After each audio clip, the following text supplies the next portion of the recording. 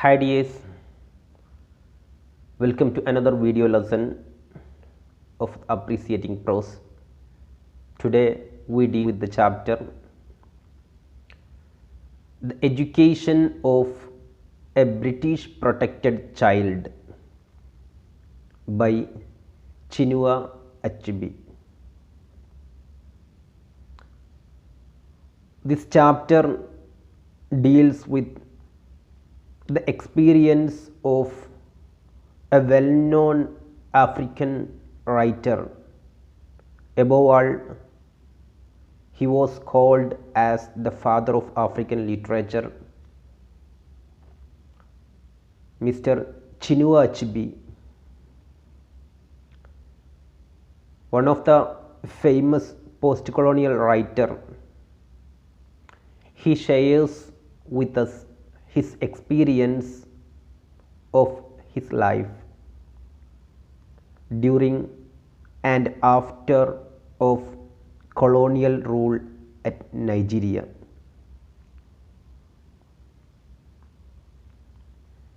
Unlike other authors of Africa or other authors of colonial writers or post-colonial writers, Chinua Achebe says with his own style standing in the middle position. He never tries extremely criticize colonial rule or glorifying the protest against the colonials, but he stands in the middle position, but in between the lines he criticized the colonial rule. Anyway, let's discuss some of the facts about the author. We can deal with the bio of the author. I think you may not heard about Chinua Achebe, but in the field of literature, Chinua Achebe, one of the famous writer in contemporary time, not contemporary, but he has passed away recently, but he was one of the glaring star in the field of post-colonial writers. He was a Nigerian writer born in Nigeria. He was born on 16th November 1930. 16th November 1930 at Ogidi of British Nigeria, at Ogidi, which was the name of his place, Ogidi.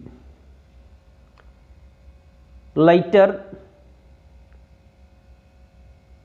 he died on 21st March 2013 at Boston, Massachusetts, America. Died on 21st March 2013 at Boston, Massachusetts of America.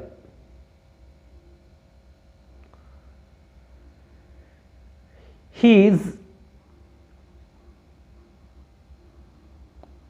a well-known novelist, fiction writer,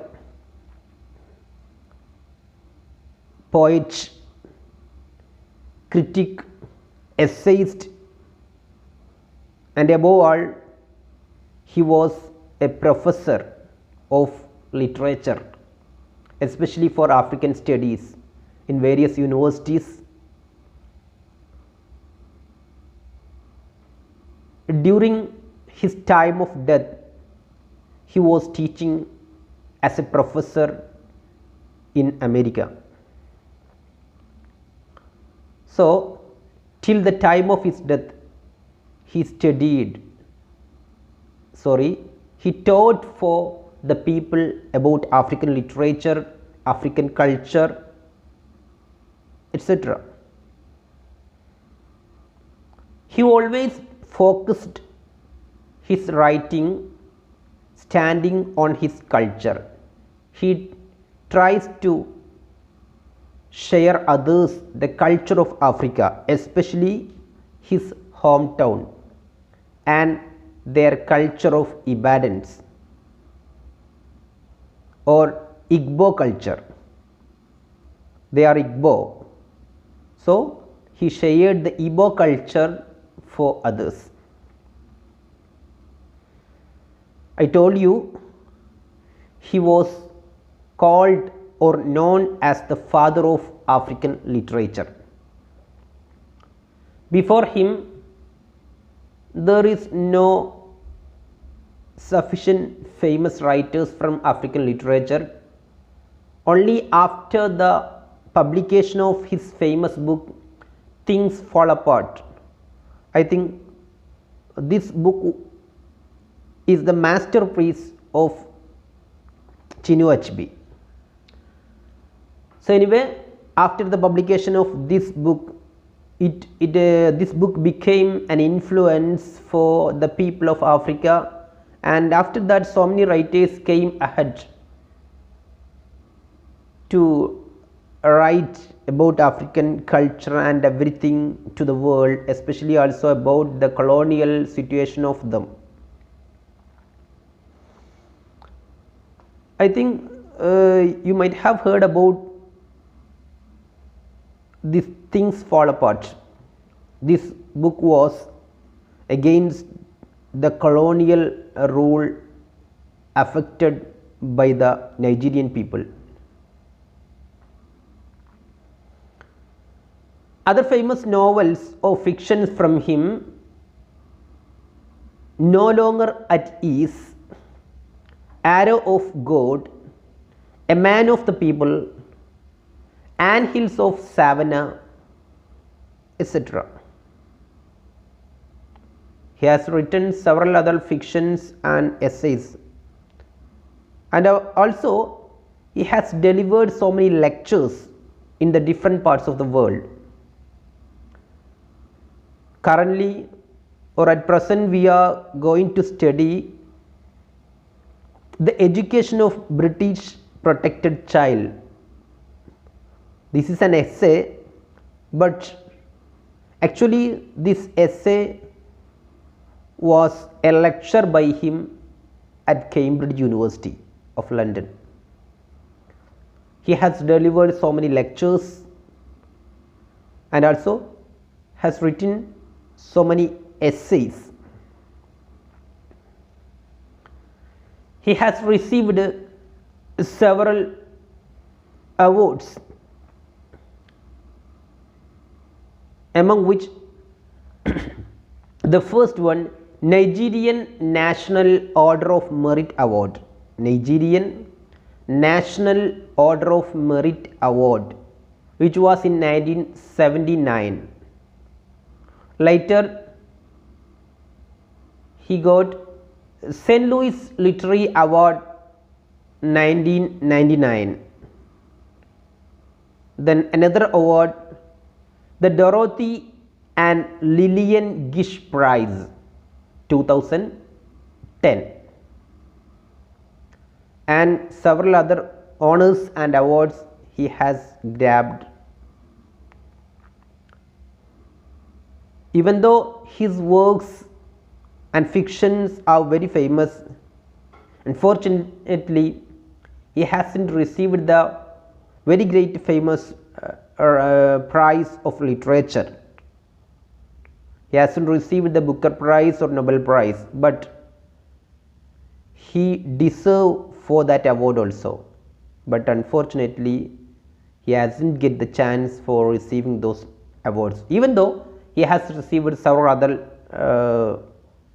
these awards for him, his fictions and his writings.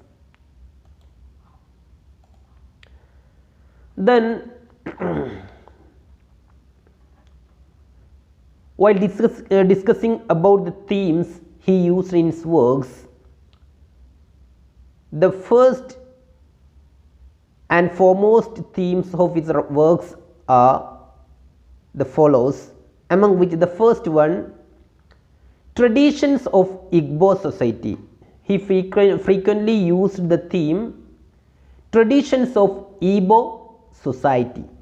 Traditions of Igbo society.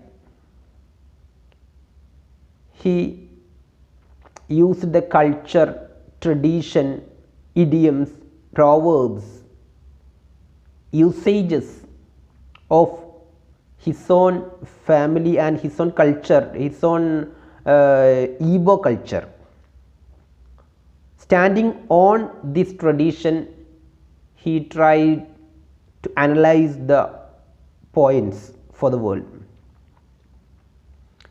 Another point and or another theme he used, the impact of Christianity on African culture. Along with the invasion of Britain, Africa almost converted into Christianity. A lot of changes happen in the culture of them. So here in some of its works he shared the impact of Christianity on African culture. Another thing he shared, or another theme, the conflict between tradition and modernity. The conflict between tradition and modernity. You know, Africa was in the lower step of the ladder of developments. They always along with the tradition, but after the colonial rule they step by step changed their mentality and they started to the level of, or they came or reached to the level of the modernity. So these kinds of aspects are shared in some of his fictions, that is the conflict between tradition and modernity. The same or similar theme which was emerging Africa from the moments of crisis. Africa was in a great crisis,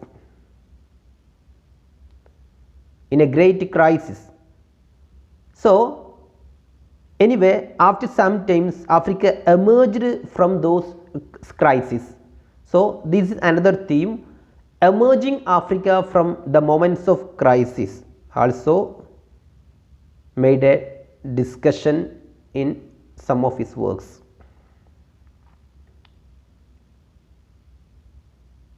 Anyway, while discussing about the style of his writings, of his works, he uses the oral narration of Igbo culture. The culture of Igbo, or culture of his own people, is depicted orally through his fictions, through the words of the fiction. So this is the representation of his culture, oral representation or oral narration of his culture. Oral maybe that is written also, but in lectures he used the oral itself. Another style, he used weaving folk wisdom into his stories. He used so many folk wisdoms, folk stories, folk realities, folk points, likewise the idioms, usages of their Igbo culture.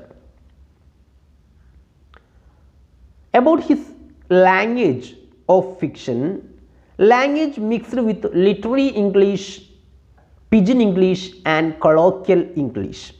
Literary mixed with the real English, pidgin English and colloquial English. You know, the real English, that is the literary English. Pidgin English is mixed with their own language. The common people used mixed with their mixed words can be seen in that kinds of English. It is used their own people, or the English of the Igbo people, which was the pidgin. And pidgin English can be seen in every part of the world other than native people. For example, if the Keralites or Lakshadweep people tries to speak English, automatically there will be the influence, or some of the words from our language will come to English, or our type of usage, or our type of idioms, or our type of phrases can be intruded into our English. So such kinds of English can be called as pidgin English. Likewise, colloquial English, colloquial usage of English, not received or the accepted level of English. There will be slang way of speaking of English. So all these kinds of English can be seen in his writings. Then other details about him: he was criticized as he used English language in order to criticize the colonizers. But for this criticism, he says he used English, the colonizers' language, as the medium to get high reach and wider audience. This is to get high reach or long reach or wider reach and wider audience. If the writings are in English, usually it can be read by a wider audience. All people of the world can read his books. So as such, he can share his views to the people of world. Another famous thing about him, he once told in his famous lecture in 1975, the title, An Image of Africa, Racism in Conrad's Heart of Darkness, shows Joseph Conrad as thoroughgoing racist. After the publication of this essay, or after the delivering of this lecture, he collapsed the cardboard building of notion of Joseph Conrad created in the world. You know, Joseph Conrad's Heart of Darkness was famous from the early 20th century. It was famous. Why? The people called, he supported the black persons. His novel, his fiction, The Heart of Darkness, is actually the glorifying the heart of black people, or glorifying the Negro people. This is for glorifying the black people. But actually, while reading in between the lines, or if a person read the fiction thoroughly, we can identify that this fiction nothing but the criticizing or suppressing or making other the black people, or this is actually for insulting black people. This kinds of reading came into light with the lecture of Chinua Achebe. He opened in the people of the world the hidden agenda written in this fiction by Joseph Conrad. According to him, he was a thoroughgoing racist. He tried to draw a notion of racism in his fiction. This is not glorifying the black, but this is for insulting the black, according to Chinua Achebe. Anyway, These are some of the facts about Chinua Achebe.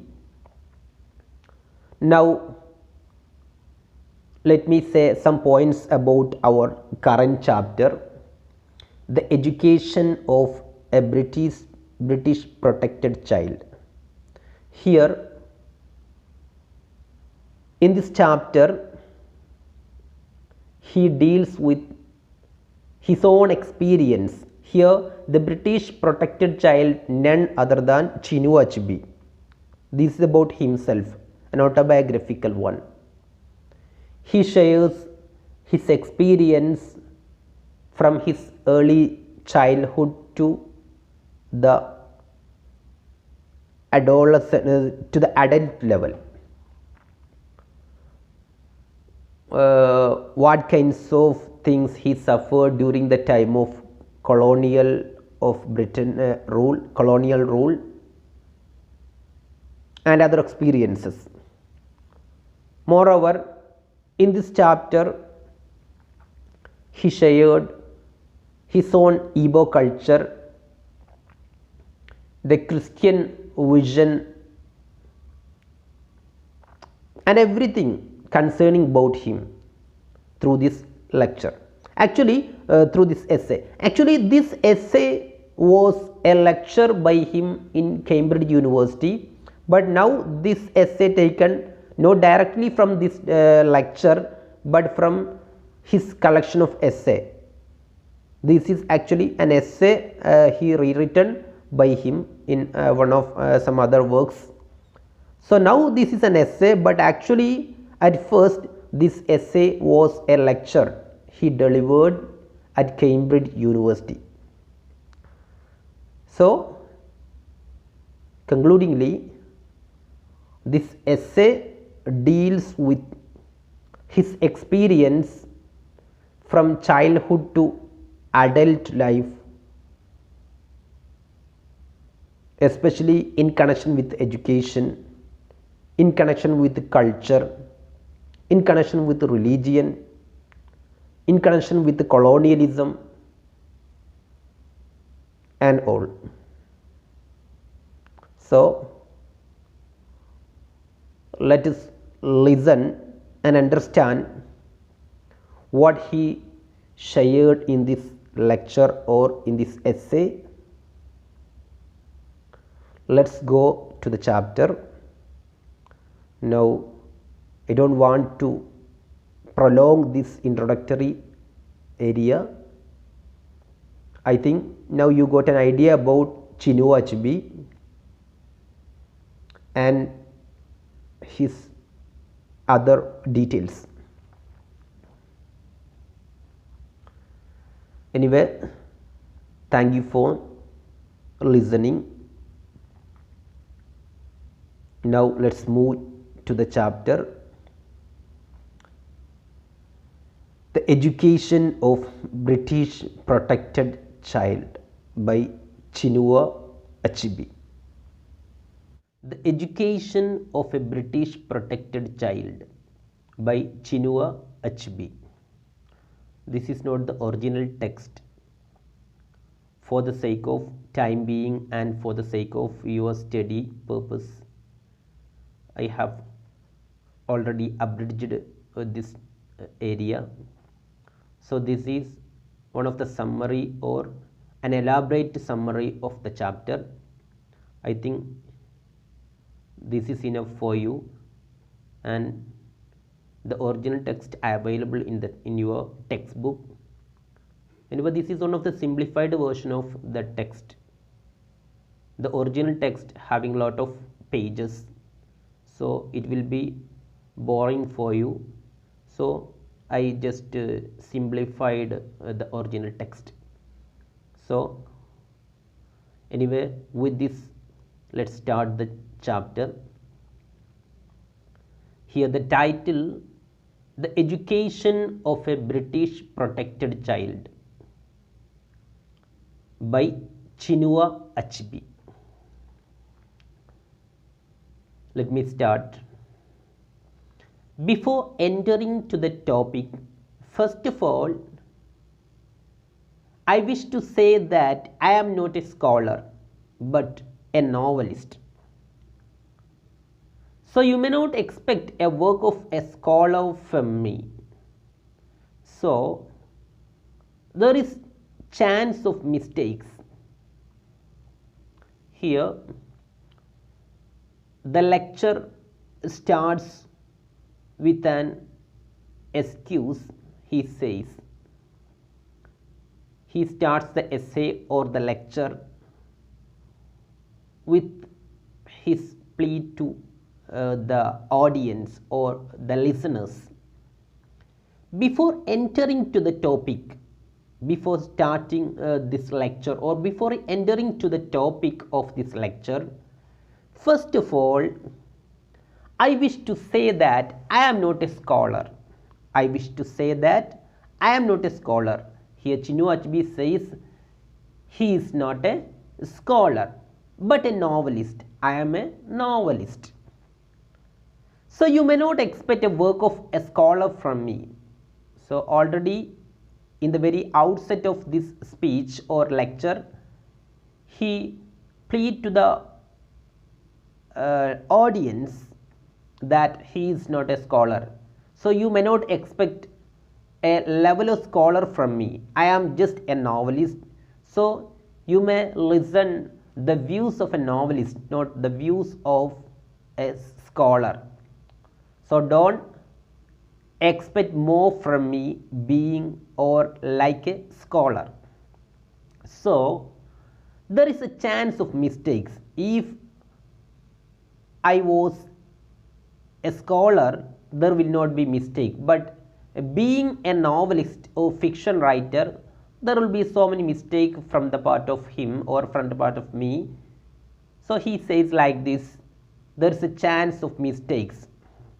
So you may just understand the situation. He says like this, 40 years ago I sent an application to the Trinity College. So he says why he became a novelist instead of scholar. He says he is not a scholar. Why did he become a scholar?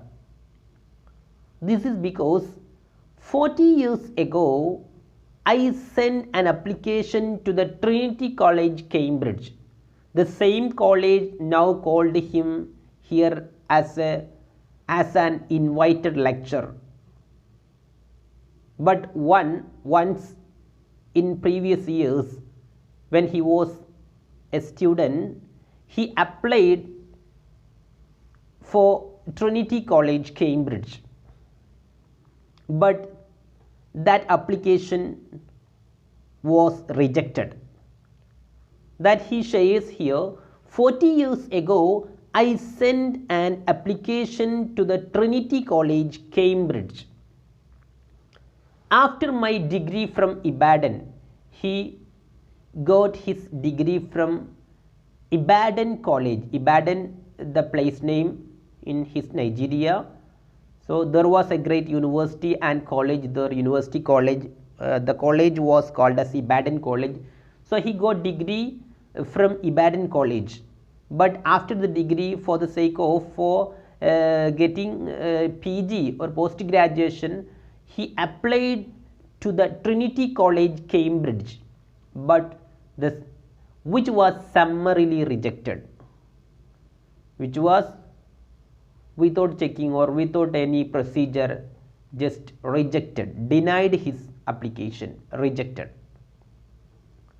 So I stayed at home and became a novelist. That is why I stayed at Nigeria and became a novelist instead of a scholar.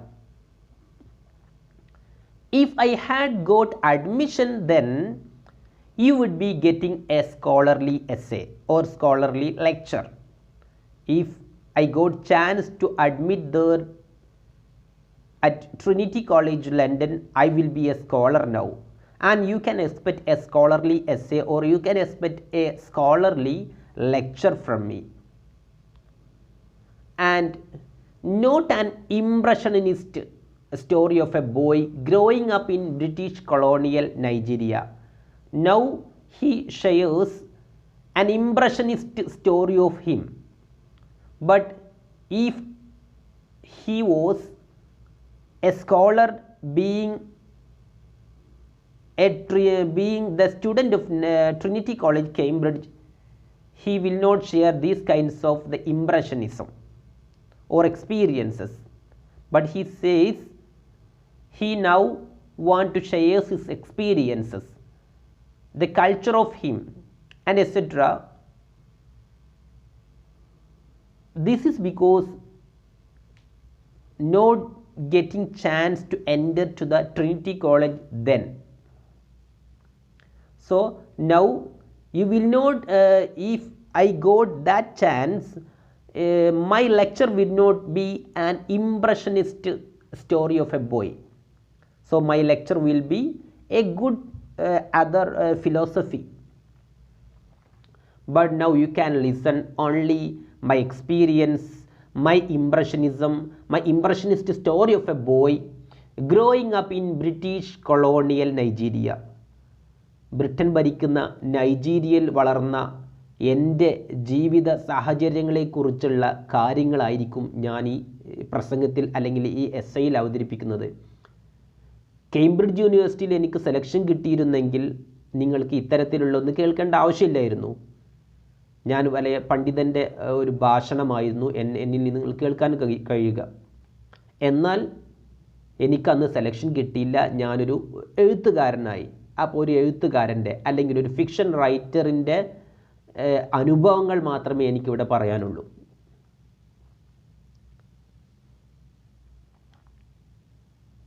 Even though Cambridge University turned down the application, after 3 years, in 1957, I got a chance in BBC Staff School. But after 3 years, after the rejection of his application, then after 3 years, in 1957, I got a chance in BBC Staff School. അദ്ദേഹത്തിന് BBC staff സ്കൂളിൽ ഒരു selection കിട്ടി. ലണ്ടനിലെ Trinity കോളേജിൽ കിട്ടിയില്ലെങ്കിൽ പോലും BBC staff school എന്ന് പറയുന്ന സ്ഥലത്ത് അദ്ദേഹത്തിനൊരു ചാൻസ് കിട്ടി. അതിന് കാരണമുണ്ട്. അദ്ദേഹത്തിൻ്റെ ഡിഗ്രി ഇബാഡൻ കോളേജിൽ അദ്ദേഹത്തിൻ്റെ ഡിഗ്രി കഴിഞ്ഞതിന് ശേഷം അദ്ദേഹം നൈജീരിയൻ ബ്രോഡ്കാസ്റ്റിംഗ് കോർപ്പറേഷൻ NBC എന്ന് പറയുന്ന നൈജീരിയൻ ബ്രോഡ്കാസ്റ്റിംഗ് കോർപ്പറേഷനിൽ അദ്ദേഹം അവിടെ ജോലി ചെയ്തിരുന്നു. അപ്പോൾ സ്വാഭാവികമായിട്ടും അങ്ങനെയുള്ള ഒരു ബ്രോഡ്കാസ്റ്റിംഗ് ഒരു ജേർണലിസ്റ്റിക് ഇൻസ്റ്റിറ്റ്യൂഷനിൽ ജോലി ചെയ്ത കാരണം കൊണ്ട് അദ്ദേഹം ഒരു ജേർണലിസ്റ്റ് കൂടിയാണ്. അങ്ങനെ ജോലി ചെയ്ത കാരണം കൊണ്ട് സ്വാഭാവികമായിട്ടും അദ്ദേഹത്തിന് BBCയിൽ ഒരു സെലക്ഷൻ കിട്ടാൻ ചാൻസ് ആയിരിക്കും, അല്ലെങ്കിൽ നിമിത്തമായിരിക്കാം.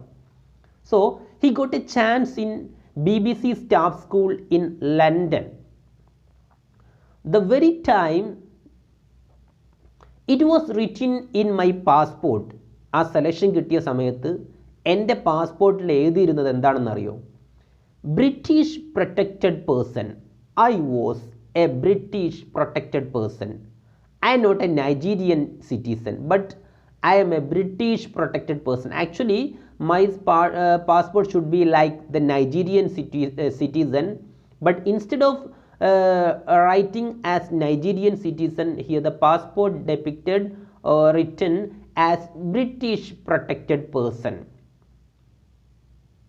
This protection ended on 1960 when Nigeria became independent. So when or during the British colonial rule at Nigeria, he was a British protected person, not a real Nigerian citizen, a British protected person. So that is why the title given in this chapter, Education of a British protected person or British protected child, colonized child. So that is a British protected person. In order to study in a British colonial rule, it is very tedious task.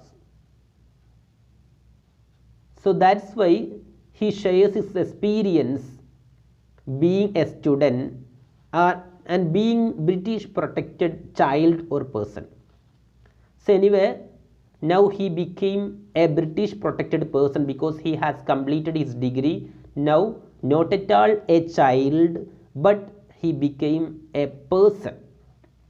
So that's why he used the word British protected person. This protection ended on 1960. On 1960, Nigeria became independent country. So that's why in 1960, he lost that label British protected person and became a Nigerian citizen.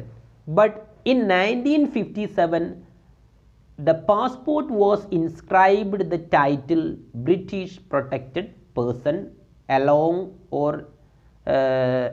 the name of Chinua Achebe. Now, I wish to say cons of colonial rule. I don't say extreme pros or cons, but a middle position. He says in this essay, he wished to say cons of colonial rule. Colonial റൂളിൻ്റെ ചില പ്രശ്നങ്ങളാണ് ഇവിടെ ചർച്ച ചെയ്യുന്നത്. I wish to say cons means demerits or the problems of the colonial rule. I don't say extreme pros or cons, but even though I am saying here the cons or the problems or the consequences, the bad consequences of the colonial rule,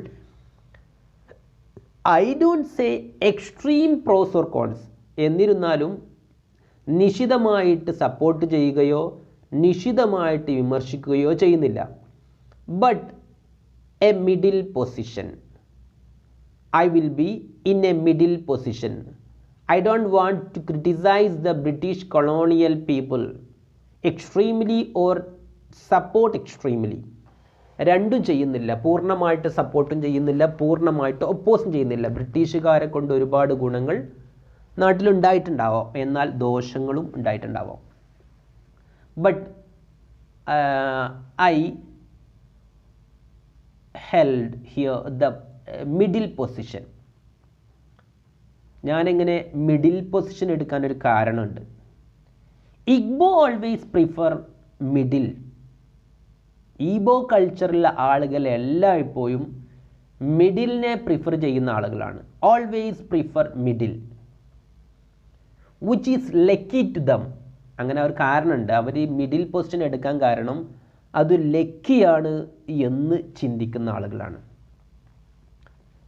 കാരണം അവരുടെ കൾച്ചറിൽ അവർക്കൊരു proverb ഉണ്ട്, എപ്പോഴും മധ്യത്തിലുള്ള ആൾ ഫ്രണ്ടിലുള്ള ആളെ കാണാം എന്നാണ്. ഫ്രണ്ടിലുള്ള ആളുകൾക്ക് വലിയ വലിയ സ്പിരിറ്റുകളെ, വലിയ സംഭവങ്ങളെ കാണാം ഫ്രണ്ടിലുള്ള ആൾക്ക്. എന്നാൽ കണ്ടവനെ കാണാൻ കഴിയും മധ്യത്തിലുള്ള ആൾക്ക്. ബാക്കിലുള്ള ആളുകളാവുമ്പോൾ പിന്നെ അതിൻ്റേതായ പോരായ്മകൾ ഉണ്ടാവും എന്ന് പറഞ്ഞൊരു പ്രോവേർബ് ഉണ്ട് അവരുടെ നാട്ടിൽ. So they always prefer the middle position. Igbo cultures supporting middle. So the same can be attributed in this case also. They prefer duality to singularity. എപ്പോഴും മിഡിലിൻ്റെ പ്രത്യേകത എന്താണ്? മിഡിൽ ആകുമ്പോൾ അപ്പുറത്തും ഇപ്പുറത്തും ആളുണ്ടാവും, അല്ലെങ്കിൽ അപ്പുറത്തും ഇപ്പുറത്തും വാദഗതികൾ ഉണ്ടാവും. അപ്പുറത്തും ഇപ്പുറത്തും എന്തെങ്കിലും ഉണ്ടാവുമ്പോഴാണല്ലോ മിഡിലാവുക. So they prefer duality to singularity. ഒറ്റയാനാവുക എന്നതിലുപരി എപ്പോഴും ഒരു കളക്റ്റീവ്നെസ്സിനെ പ്രൊമോട്ട് ചെയ്യുന്ന ആളുകളാണ് നൈജീരിയക്കാർ, അല്ലെങ്കിൽ അദ്ദേഹത്തിൻ്റെ ഈബോ കൾച്ചറിലുള്ള ആളുകൾ. that was his vision. They prefer duality to singularity. They want friend and beg. The Nigerians or these Ipadans people or these Igbo culture people, they want friend and beg. Middle ground is neither the beginning nor the end. So middle is not the beginning nor the end. It has a future and a past. മിഡിലിന് എപ്പോഴും ഒരു future ഉണ്ടാവും, ഒരു past ഉണ്ടാവും. It is the home of irony. മിഡിലിൻ്റെ പ്രത്യേകത എന്ന് പറഞ്ഞാൽ it is the home of irony, unpredictable, playfulness, fancy, doubt etcetera. Middle എന്ന് പറയുന്നത് ഐറണിയുടെ ഒരു കൂടാരമാണ്. അൺപ്രഡിക്റ്റബിളിൻ്റെ കൂടാരമാണ്, അല്ലെങ്കിൽ ഇത് ഒരു പ്ലേഫുൾനെസ്സിൻ്റെ പ്ലേസാണ്, ഇമാജിനേഷൻ അല്ലെങ്കിൽ ഫാൻസിയുടെ സ്ഥലമാണ്, ഡൗട്ടുകളുടെ കേന്ദ്രമാണ്, എല്ലാം ഉണ്ടാവും. അപ്പോൾ മിഡിൽ എന്ന് പറയുന്ന എപ്പോഴും ഒരുപാട് അർത്ഥതലങ്ങളുള്ള ഒരു മേഖലയാണ് എപ്പോഴും മിഡിൽ. ഫ്രണ്ടിലും ബാക്കിലാവുമ്പോൾ ഇത്രത്തോളം മീനിങ്ങുകൾ ഉണ്ടാവില്ല. Middle there is A chance for more explanation. അതുകൊണ്ട് തന്നെയാണ് നമ്മുടെ ഈ ചിനുവ അച്ചിബിയുടെ എഴുത്തുകൾ, അദ്ദേഹത്തിൻ്റെ ഫിക്ഷനുകൾ പൂർണ്ണമായിട്ടും കൊളോണിയൽ റൂളിനെ എതിർക്കുകയോ സപ്പോർട്ട് ചെയ്യുകയോ ചെയ്യുന്നില്ല. എന്നാൽ പൂർണ്ണമായിട്ട് എതിർക്കുകയും സപ്പോർട്ട് ചെയ്യുകയും ചെയ്യുന്ന വർക്കിനേക്കാളും ഇദ്ദേഹത്തിൻ്റെ വർക്കുകളാണ് കൂടുതലായിട്ടും ചർച്ച ചെയ്യപ്പെട്ടത്.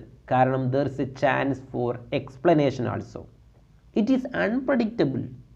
There will be fancy and doubt. It may be pregnant with meaning. So all these kinds of chances can be seen in the middle position. There was a saying in my hometown.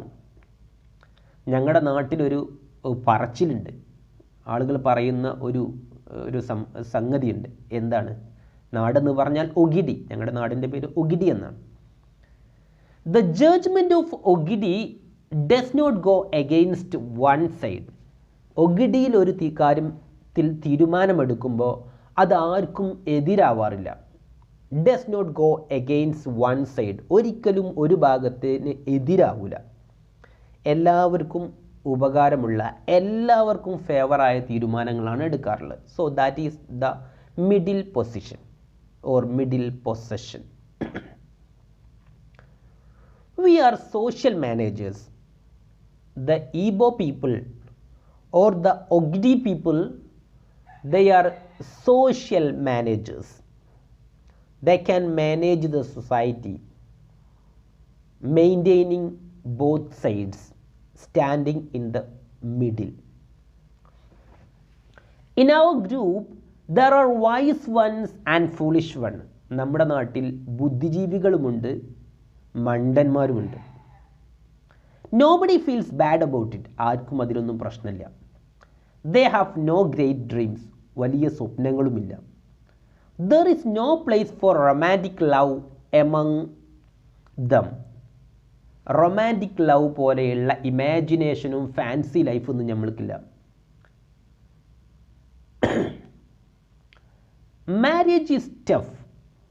They find a way to adjustment instead of fighting or running away. However, Igbo fought against colonies but lost. വിവാഹം എന്ന് പറയുന്നത് ഒരു ടഫായ കാര്യമാണ്. They find a way to the adjustment instead of fighting. വൈവാഹിക ജീവിതത്തിൽ അഡ്ജസ്റ്റ്മെൻറ്റുകൾക്കാണ് ഞങ്ങൾ adjustment ചെയ്യാനാണ് ശ്രമിക്കാറുള്ളത്. That is standing in middle position instead of fighting or running away. പരസ്പരം കുറ്റപ്പെടുത്തുന്നതിൽ നിന്ന് മാറി നിന്നുകൊണ്ട് അഡ്ജസ്റ്റ്മെൻറ്റ് അല്ലെങ്കിൽ റീകൺസിലിയേഷൻ, ആ ഒരു ലെവലിലേക്കാണ് ഈ വൈവാഹിക ജീവിതം പോലും ഞങ്ങളുടെ ഇടയിൽ മുന്നോട്ട് പോകുന്നത്. No problem. So this is also a kind of stabbing to the white people. They are frequently divorcing their partner, but in the culture of Igbo, they are not avoiding their partner. So they know very well the adjustment even in marriage. So in marriage they are also standing in middle position. Here the wife and husband, the male and female, they are getting proper place. There is no clash in their life. So anyway, we will see in between the lines he just patting on the head of the white people. They find a way to the adjustment instead of fighting or running away. They find a way to the adjustment instead of fighting or running away. വൈവാഹിക ജീവിതത്തിൽ വെറുതെ fight ചെയ്യുക, അല്ലെങ്കിൽ ഡിവോഴ്സായിട്ട് ഓടിപ്പോവുക, അല്ലെങ്കിൽ പ്രശ്നങ്ങളിൽ നിന്ന് ഒളിച്ചോടുക, ഇതല്ല. പ്രശ്നങ്ങൾ രമ്യതയിൽ പരിഹരിക്കുക, അഡ്ജസ്റ്റ്മെൻ്റാണ് എപ്പോഴും ഞങ്ങളുടെ ഒരു മുഖമുദ്ര. However, Igbo fought against colonists but lost. എന്നാലും കൊളോണിയലിസ്റ്റിനെതിരെ ഞങ്ങൾ യുദ്ധം ചെയ്തിട്ടുണ്ട്. വൈവാഹിക ജീവിതത്തിൽ ഇങ്ങനെയാണെങ്കിൽ പോലും കൊളോണിയൽ ആളുകൾക്കെതിരെ ഞങ്ങൾ യുദ്ധം ചെയ്തിട്ടുണ്ട്, പക്ഷേ തോറ്റിട്ടുമുണ്ട്. യുദ്ധം ജയിച്ചിട്ടില്ല, but lost. People think my novels are historic. ഇനി എൻ്റെ എഴുത്തുകളെ കുറിച്ച് പറയാം. People think my novels are historic. Some of the peoples, they think my novels are historic. As such, they asked me what made the conversion of my people to Christianity in Things Fall Apart so easy. അദ്ദേഹത്തിൻ്റെ ആദ്യ maiden book ആയിട്ടുള്ള master piece ആയിട്ടുള്ള things fall അപ്പാർട്ടിൽ ഒഗിഡിയിലെ ജനങ്ങൾ അല്ലെങ്കിൽ അദ്ദേഹത്തിൻ്റെ നാട്ടിലെ ജനങ്ങൾ വളരെ പെട്ടെന്ന് തന്നെ ക്രിസ്ത്യൻ പീപ്പിളായിട്ട് മാറി എന്ന് പറയുന്നുണ്ട്. വളരെ പെട്ടെന്ന് ജനങ്ങൾ കൺവേർട്ടഡ് ആയി എന്ന് പറയുന്നുണ്ട്. സോ അദ്ദേഹത്തിൻ്റെ ഫിക്ഷനുകളിൽ ഒരുപാട് ഹിസ്റ്റോറിക്കൽ എവിഡൻസുകൾ പറയുന്നുണ്ട്.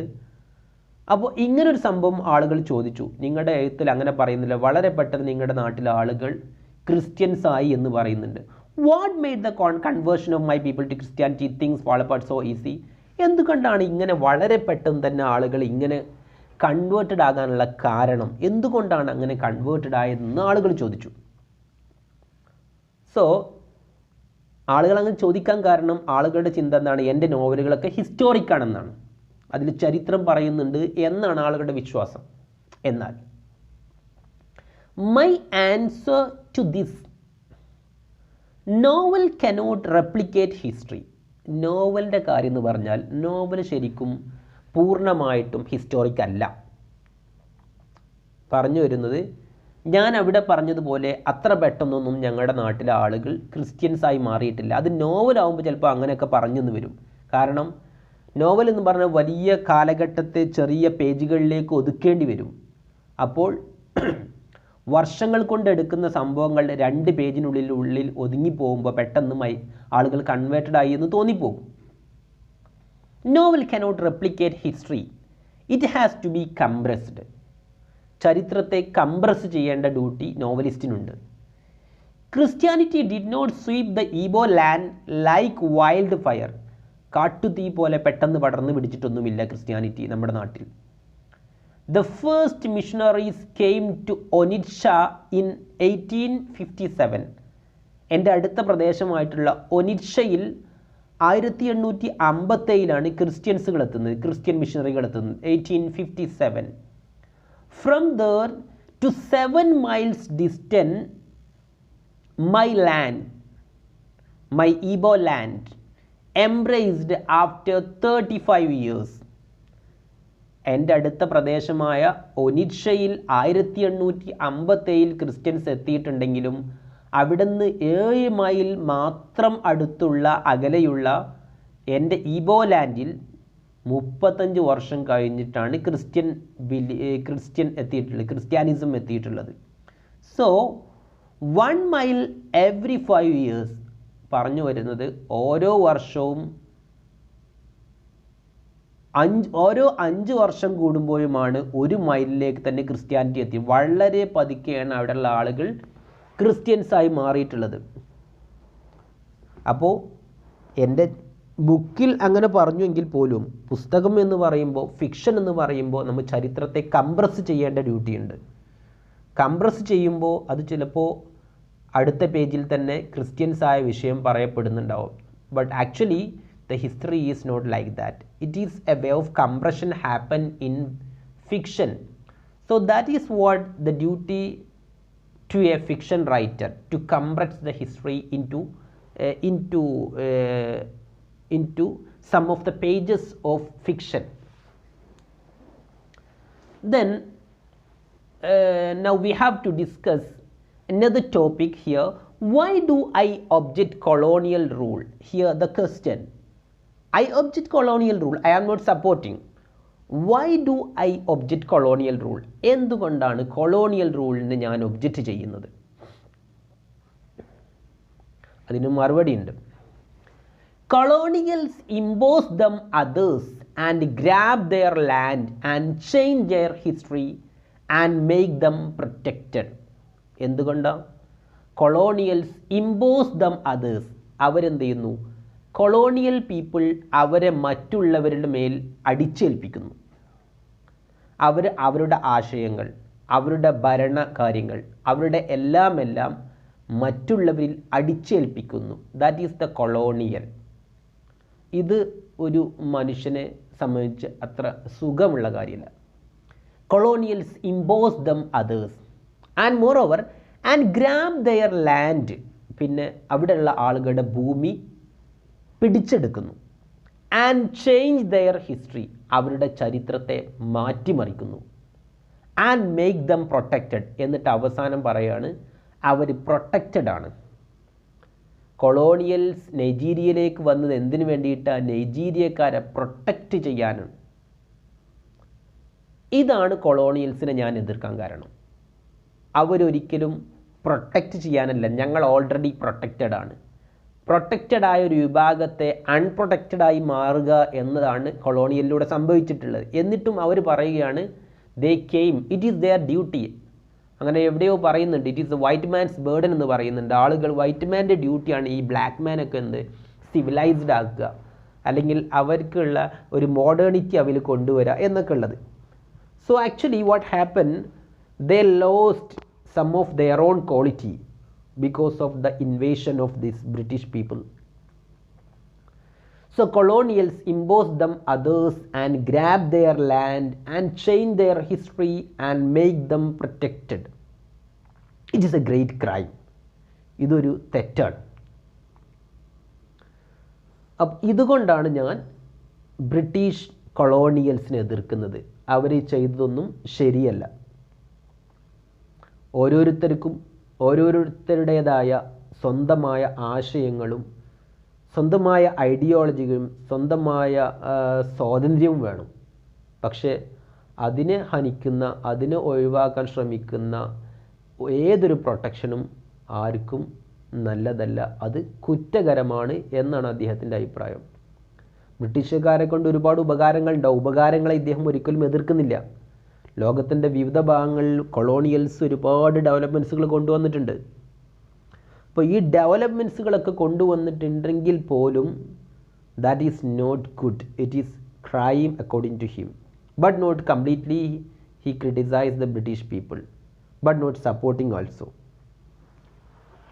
ബ്രിട്ടീഷുകാരെ നൈജീരിയയിൽ ചെയ്തതുപോലെ തന്നെ, like British Nigeria, Congo, another nearby country in African continent, Congo people, the Congos suffered cruel rule of Belgian King Leopold II in the same level as the British people in Nigeria, nearby country Congo, which was invaded by Belgian people, Belgians, and they controlled under the King Leopold II. All European countries participated in the scrambling of Africa. അങ്ങനെ ആഫ്രിക്കയിലുള്ള ഓരോ രാജ്യങ്ങളും ഓരോ European കൺട്രീസിൻ്റെ കയ്യിലായിരുന്നു. ചിലത് ഫ്രഞ്ചുകാരുടെ കയ്യിലായിരുന്നു, ചിലത് ബെൽജിയൻസിൻ്റെ കയ്യിലായിരുന്നു, ചിലത് ബ്രിട്ടീഷുകാരുടെ കയ്യിലായിരുന്നു, ചിലത് സ്പാനിഷുകാരുടെ കയ്യിലായിരുന്നു, ചിലത് പോർച്ചുഗീസുകാരുടെ കയ്യിലാണ്.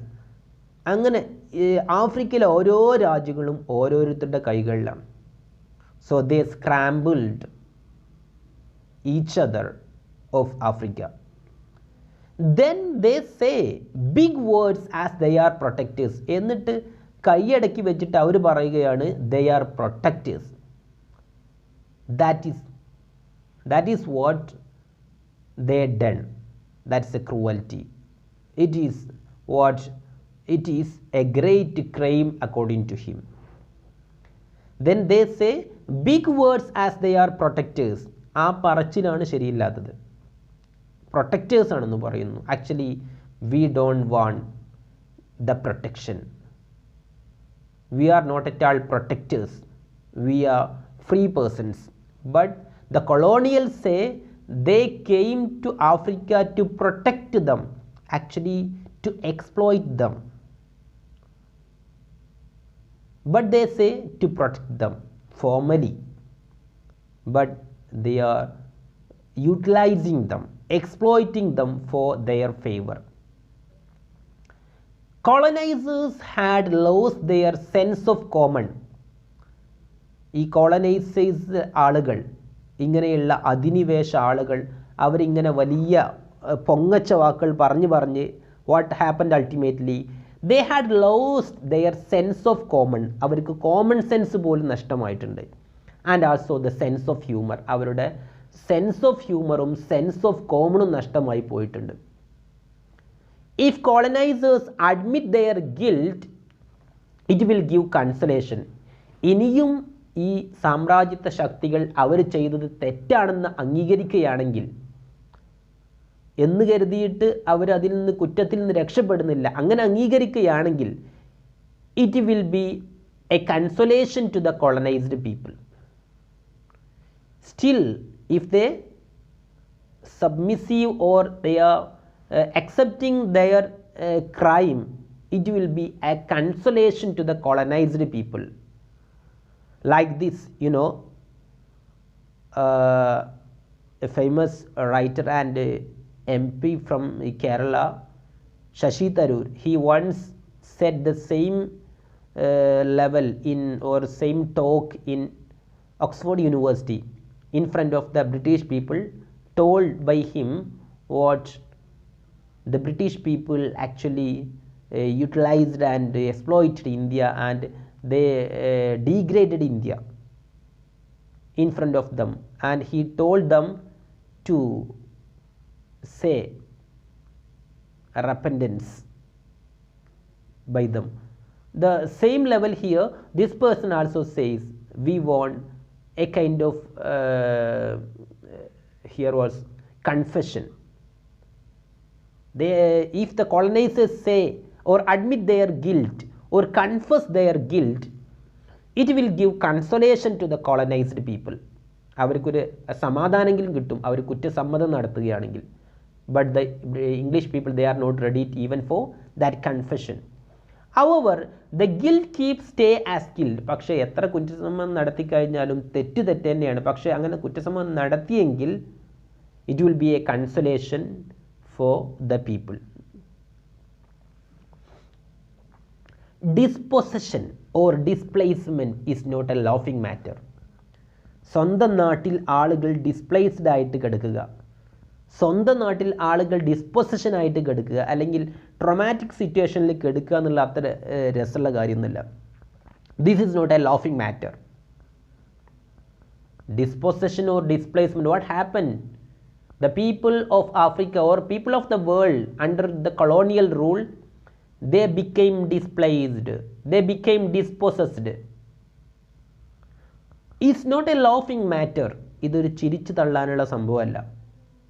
But the disposed laughing because of the powerlessness. പക്ഷേ ഡിസ്പോസ്ഡ് ആയ ആളുകൾ അല്ലെങ്കിൽ ഈ അവസ്ഥയിൽ ട്രോമാറ്റിക് സിറ്റുവേഷനിലൂടെ അനുഭവിക്കുന്ന ആളുകൾ, ആഫ്രിക്കയിലെ ആളുകൾ, അവർ പലപ്പോഴും ചിരിക്കുന്നുണ്ടാവും, തമാശകൾ പറയുന്നുണ്ടാവും.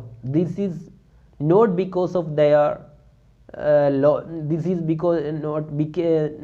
is not because of the laughing matter, but it is because of the powerlessness and to conceal their despair. അവർക്ക് അതിനെതിരെ പ്രതികരിക്കാനുള്ള ശക്തി ഇല്ലാത്തത് കൊണ്ടാണ് ചിരിച്ചു തള്ളുന്നത്. ബ്രിട്ടീഷുകാർ നൈജീരിയ അല്ലെങ്കിൽ ആഫ്രിക്കൻ കൺട്രിയിലുള്ള കൊളോണിയൽ റൂളേഴ്സിൻ്റെ ക്രൂരതകളെക്കുറിച്ച് ചിരിക്കുന്നത്, ചിരിച്ച് സമാധാനം കൊള്ളുന്നത് in order to conceal the despair, ദുഃഖം മറച്ചു വെക്കാൻ വേണ്ടിയിട്ടാണ്. ശക്തിയില്ലാത്തത് കൊണ്ടാണ് ചിരിക്കുന്നത്, അല്ലെങ്കിൽ ശക്തമായിട്ട് പ്രതികരിക്കുമായിരുന്നു. പിന്നെ why the African people they are ലാഫിങ്? Because humour is essentially humane. തമാശ എന്ന് പറയുന്നത് മനുഷ്യ സഹജമാണ്. So by which we can conceal any kinds of emotion, any kinds of desperation, any kinds of this gloomy situation. So here the gloom or the despair or the sad mentality overcome by smiling or laughing. The African people, they always prefer to laugh, prefer to smile. This is in order to conceal their feeling, not because of their this is a laughing matter. They know very well the displacement or the dispossession or this traumatic situations are very cruel crime. So still, if the colonizers admit their guilt or still they confess their guilt, it will be happy for us, it will be a consolation for us. But I know, or we know very well, that that guilt keeps stay as guilt. After the marriage, my mother was sent to school named St. Monica's Girls' School. Now I share the experience of my mom,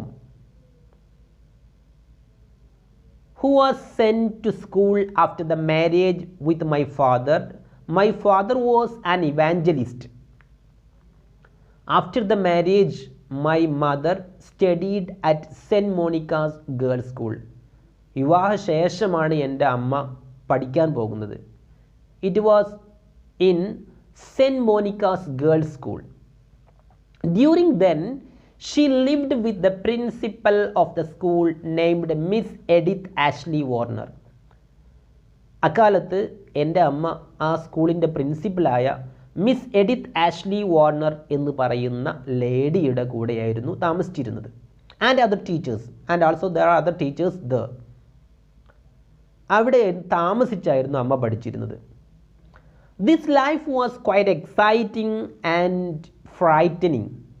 അക്കാലത്തെ ജീവിതം അമ്മക്ക് എക്സൈറ്റിങ്ങുമായിരുന്നു, എന്നാൽ ഫ്രൈറ്റനിങ്ങുമായിരുന്നു, പേടിപ്പെടുത്തുന്നതായിരുന്നു, അതോടൊപ്പം തന്നെ ആകാംക്ഷഭരിതമായിരുന്നു. കാരണമുണ്ട്. One day she saw her mistress dentures in a bowl of water. അങ്ങനെ പേടിക്കാൻ കാരണം, ഒരു ദിവസം രാത്രി എൻ്റെ അമ്മ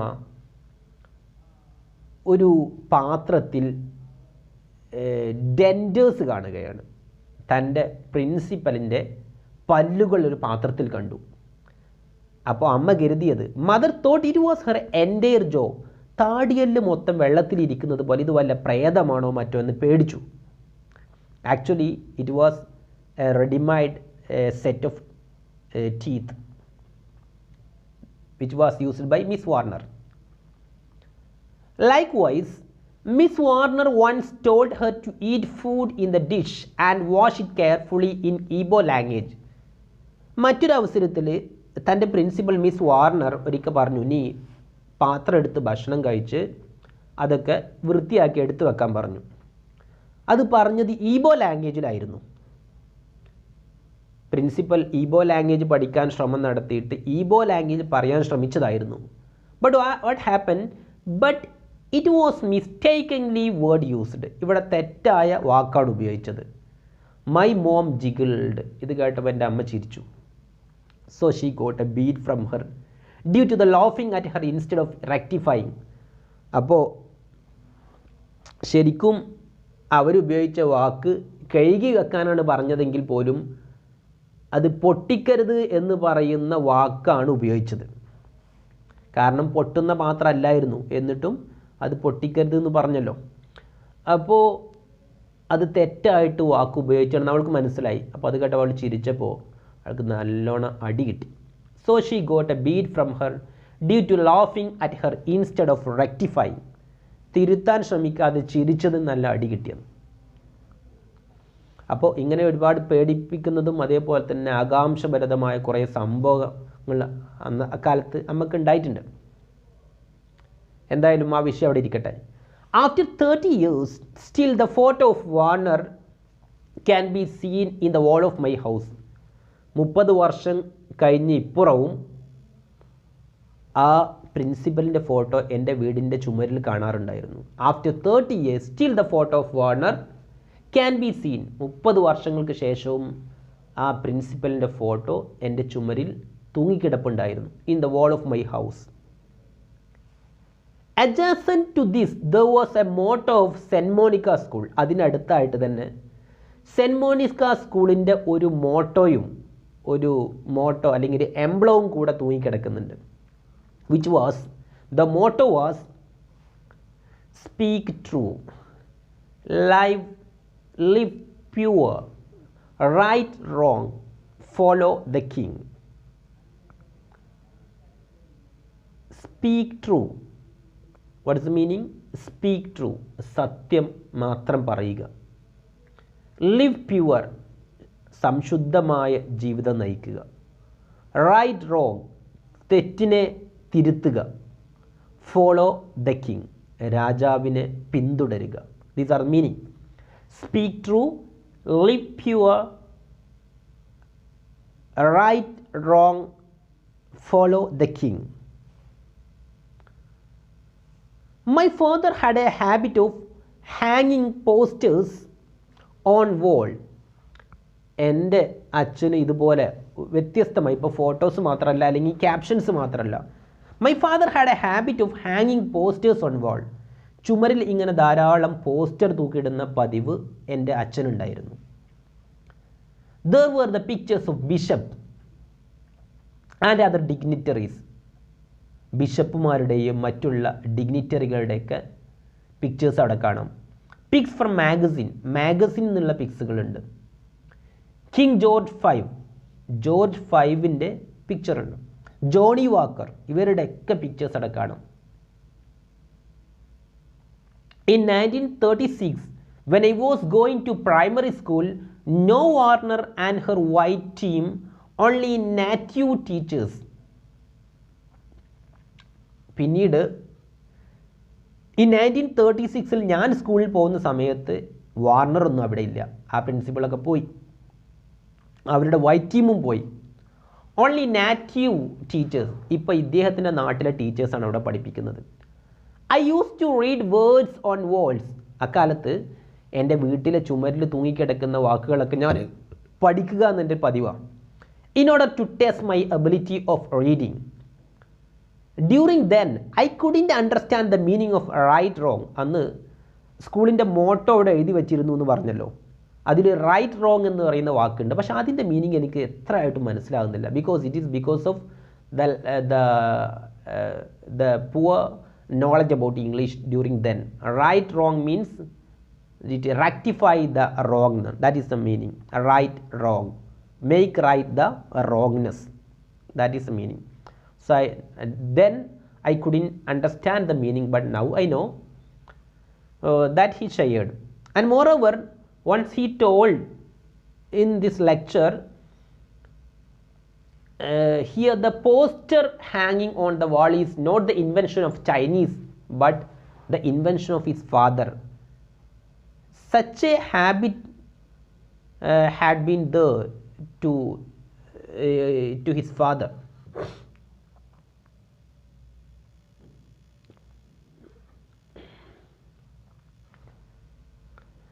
Then he shares with us about the Christian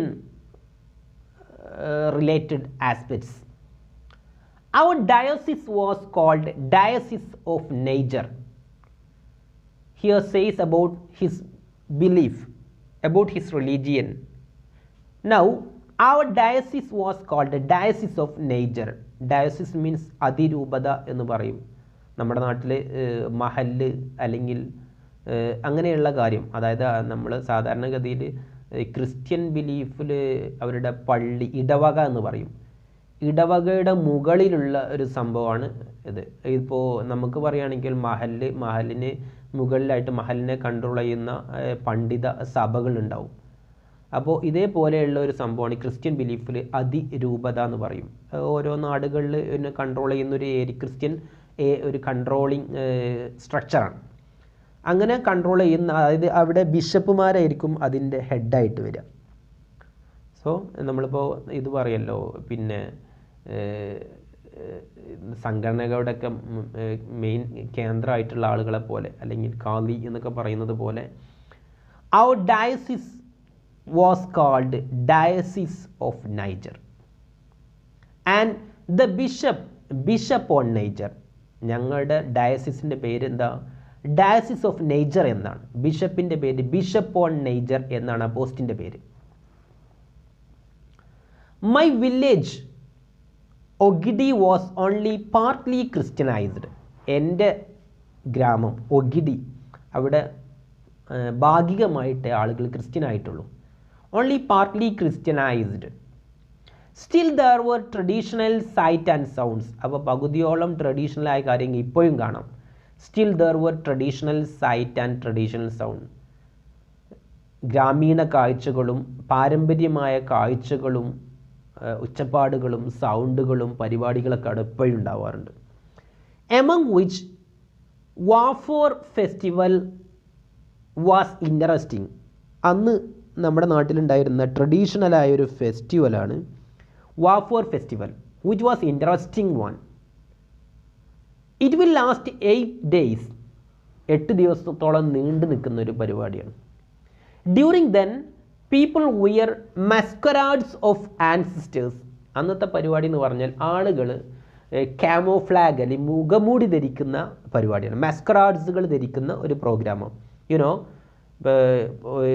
കേരളത്തിൽ തൃശ്ശൂരിൽ പുലിക്കളി നടത്താറുണ്ട്. പുലിക്കളി ഇതേപോലെ തന്നെ അവരും ഇതേപോലെ തന്നെ മസ്കറാഡ്സുകൾ ധരിച്ചിട്ട് ഓരോരു ചാടി കളിക്കുകയാണ്. ലൈക്ക് വൈസ് ഇവരുടെ പ്രത്യേകത ആൻസിസ്റ്റേഴ്സിൻ്റെ മസ്കറാഡ്സ് ധരിച്ചുകൊണ്ടുള്ള ഒരു പ്രോഗ്രാമാണ്. അപ്പോൾ അവരുടെ this is for commemorating their ancestors. Then people wear masquerades of ancestors. They were different types. വ്യത്യസ്ത മോഡലുകളിലുള്ള മസ്കറാഡ്സുകൾ ഉണ്ടാവാറുണ്ട്. I had enjoyed it freely being Christian. ഞാനതിൽ പങ്കെടുക്കാറില്ല, കാരണം I am a Christian. So it was a culture of the traditional people. They were different types. I had enjoyed it freely being Christian. We had used to count the numbers of times. During then, we had a play that was counting the model of masquerades. പണ്ട് കാലത്ത് ആളുകളുടെ വാഹനത്തിൻ്റെ model എണ്ണിക്കളിക്കുന്നത് പോലെ ഇവിടെ ആളുകൾ ഉപയോഗിക്കുന്ന മസ്കറാഡുകളുടെ മുഖമൂടികളുടെ മോഡലുകൾ എണ്ണിക്കളിച്ചുകൊണ്ടുള്ള ഒരു കളി ഉണ്ടായിരുന്നു. We had used to count the numbers of times to compare with the previous years. കഴിഞ്ഞ വർഷം എത്ര ഉണ്ടായി എന്ന് നോക്കുക, അതാണ് കളി. അപ്പോൾ കഴിഞ്ഞ വർഷമാണ് ഈ വർഷമാണോ കൂടുതൽ എന്ന് കൗണ്ട് ചെയ്യുക. In some years it will be 100 unique types. ചില വർഷങ്ങളിലൊക്കെ 100-ലധികം അല്ലെങ്കിൽ 100ഓളം ഐറ്റംസുകൾ ഉണ്ടാവാറുണ്ട്. Unique items. കാരണം യുണീക്ക് എന്ന് പറയാൻ കാരണം ഒരുപോലത്തെ 10-20 ആളുകൾ ഉപയോഗിക്കുന്നുണ്ടാവും, പക്ഷേ അത് 20ആയിട്ടല്ല കൂട്ടുക, അത് 1ആയിട്ടേ കൂട്ടുള്ളൂ. അപ്പോൾ 100 വ്യത്യസ്ത മോഡലുകൾ അങ്ങനെ ഇതുപോലെ തന്നെ ക്യാമോഫ്ലാഗ്സ് കാണാം. Christianity divided the village into 2. എൻ്റെ നാടിനെ ക്രിസ്ത്യൻ വിശ്വാസം 2ആയിട്ട് ഡിവൈഡ് ചെയ്തിട്ടുണ്ട്. Christianity divided the village into 2. among which the first group the people of the church and the second group the people of the world. People of the church and people of the world. ചർച്ചിൻ്റെ ആളുകളും ലോകത്തിൻ്റെ ആളുകളും എന്ന് പറഞ്ഞ് 2 ആളുകളാണ്, 2 വിഭാഗക്കാരുള്ളത്. That is one is the traditional, other one is the Christianised people. But there is no boundary in the minds of people. അങ്ങനെയാണെങ്കിൽ പോലും ആളുകളുടെ ഇടയിൽ ഇങ്ങനെയുള്ള പ്രശ്നങ്ങളൊന്നുമില്ല. ആളുകളുടെ എല്ലാവരും ഒന്നാണ്. അവർ ഒരു മതേതര ചിന്താഗതിക്കാരാണ് അവിടെയുള്ള ആളുകൾ. പരസ്പരം മതസഹിഷ്ണുതയും പരസ്പരം മാനവികതയൊക്കെ കാണിക്കുന്ന ആളുകളാണ്. There is no clash in between them, no boundary in the minds of people. മതം വ്യത്യസ്തമാണെങ്കിലും അവരുടെ മനസ്സിൻ്റെ ഉള്ളിൽ ഒരിക്കലും ഒരു ബൗണ്ടറി ഉണ്ടായിരുന്നില്ല. Both teams fully enjoy and participates others festival. ഈ 2 കൂട്ടരും ക്രിസ്ത്യൻസ് ട്രഡീഷണൽസിൻ്റെ പരിപാടിയിലും പങ്കെടുക്കും, ട്രഡീഷണൽസ് ക്രിസ്ത്യൻസിൻ്റെ പരിപാടിയിലും പങ്കെടുക്കും. നോ ബിഗോട്രി ഓർ ഫെനാറ്റിസിസം, അവിടെ മതഭ്രാന്തോ മത തീവ്രവാദമോ അങ്ങനത്തെ സംഭവങ്ങളൊന്നുമില്ല. എല്ലാവരും എൻ്റെ മതം എൻ്റെ ആശയം എന്ന ചിന്തയല്ല, എല്ലാവരും എന്താണ് പരസ്പരം സഹകരിച്ചു കൊണ്ടുള്ള such A situation was the between them. Anglican Church once tried to impose a union dialect above Igbo language.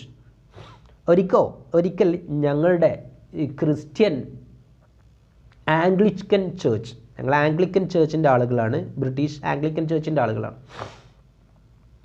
Anglican ചേർച്ചിൻ്റെ ആളുകൾ ഒരിക്കൽ ഒരു കാര്യം തീരുമാനിച്ചു, ഈബോ ലാംഗ്വേജ് സംസാരിക്കുന്ന ഞങ്ങൾക്ക് ക്രിസ്ത്യൻ പീപ്പിൾ വേറെ അവരുടെ പ്രീച്ചിങ്ങും ക്രിസ്ത്യൻ ബിലീവുമായി ബന്ധപ്പെട്ട കാര്യങ്ങളൊക്കെ അവരുടേതായ ഒരു സ്പെഷ്യൽ ലാംഗ്വേജ് ഉപയോഗിക്കാൻ തീരുമാനിച്ചു. A special dialect above ഈബോ language, ഞങ്ങളുടെ ഈബോ ലാംഗ്വേജിന് പുറമെ. But it was restricted in the covers of Bible. പക്ഷേ അത് പ്രീച്ച് ചെയ്തിരുന്ന അച്ഛന്മാർ പോലും അത് അവരെന്തില്ല, അംഗീകരിച്ചില്ല. അവരത് ബൈബിളിലുള്ള വിഷയങ്ങൾ വായിക്കുമ്പോൾ മാത്രം ആ ലാംഗ്വേജ് ഉപയോഗിക്കും, ബാക്കി അവരുടെ നാടൻ ഭാഷയായിരിക്കും ഉപയോഗിക്കുക. ഫോർ എക്സാമ്പിൾ, നമ്മൾ ഇപ്പോൾ അറബിയിൽ നമ്മൾ ഇസ്ലാമിക വിഷയമാണ് കുത്തുബൊക്കെ പറയുമ്പോൾ അറബിയിൽ സംസാരിക്കണം എന്ന് പറയാറുണ്ടല്ലോ. അപ്പം ഇതുപോലെ എന്താണ് എന്ന് കഴിഞ്ഞാൽ ചിലപ്പോൾ ആ സംഭവം ബാക്കിയുള്ള കാര്യങ്ങളൊക്കെ മലയാളത്തിൽ തന്നെയാണ് പള്ളിയിൽ പറയുന്നുണ്ടാവുക. അപ്പോൾ ഇതുപോലെ ആ സംഭവം മാത്രം അവരുടെ ഭാഷയിൽ പറയും, ബാക്കിയൊക്കെ എന്ത് ചെയ്യും, അവരുടെ സാധാരണ ഈബോ ലാംഗ്വേജിൽ തന്നെ പറയും. പക്ഷേ അന്ന് ബ്രിട്ടീഷുകാരുടെ കൊണ്ടുവന്ന ഒരു നിയമമായിരുന്നു, അവർ മൊത്തത്തിൽ ഇവരുടെ ഈബോ ലാംഗ്വേജ് ഒഴിവാക്കിയിട്ട് ഇവർ പുതിയൊരു language, that means something about it may be English or something related with Syrian language may be, because that is the language of the Bible. Anyway, they tried for that language, but it was rejected by the Igbo people and Igbo priests. It will not taken in their land, but it was restricted in the covers of Bible. The sensible preachers reverted into a traditional style after the compulsory part of the Bible. ബൈബിളിലെ വിഷയം വായിക്കുമ്പോൾ മാത്രം ആ ഭാഷ ഉപയോഗിക്കും, ബാക്കിയൊക്കെ traditional style തന്നെയായിരുന്നു സംസാരിച്ചിരുന്നത്. അങ്ങനെ ഇരിക്കെ once a preacher preached that true believers should not accept the gift from their pagan neighbors. വേറൊരിക്കൽ ഒരു അച്ഛൻ സംസാരിച്ചു, എന്ത്, നിങ്ങൾ വിശ്വസിക്കാത്ത പാഗൺ നൈബേഴ്സിൻ്റെ അടുത്ത് നിന്ന് ഗിഫ്റ്റുകളൊന്നും സ്വീകരിക്കാൻ പാടില്ല എന്ന്. പക്ഷെ അദ്ദേഹത്തിൻ്റെ ആ ആശയം ആളുകൾ റിജക്റ്റ് ചെയ്തു, അതൊരിക്കലും അംഗീകരിച്ചിട്ടില്ല. അപ്പോൾ ഇങ്ങനെയുള്ള തീവ്ര ആശയങ്ങളെ ഒരിക്കലും ഞങ്ങളുടെ നാട് അംഗീകരിച്ചിട്ടില്ല എന്നാണ് നമ്മുടെ ചിനു അച്ബി പറയുന്നത്. Now about the festivals of Christians. Already we discussed the festival of the traditional people, which was the Wafer festival. Now we are discussing about the festivals of Christians. Actually Christians have two celebrations. ശരിക്കും ക്രിസ്ത്യൻസിന് രണ്ട് celebration ആണുള്ളത്. One is the Christmas, is the bigger one, and Easter is the smaller one. These are the two feast or two celebrations of the Christian people, Christmas and Easter. Christmas is the bigger one and Easter is the smaller one. Apart from these, according to preachers, ഇങ്ങനെയാണ് അവരുടെ Christian വിശ്വാസത്തിൽ പറയുന്നതെങ്കിൽ പോലും പ്രീച്ചേഴ്സിൻ്റെ അഭിപ്രായത്തിൽ 4 പ്രോഗ്രാമുകളുണ്ട്. Not only 2 but 4. So apart from the already mentioned these 2, apart from the Christmas and Easter, preachers says there are 2 more.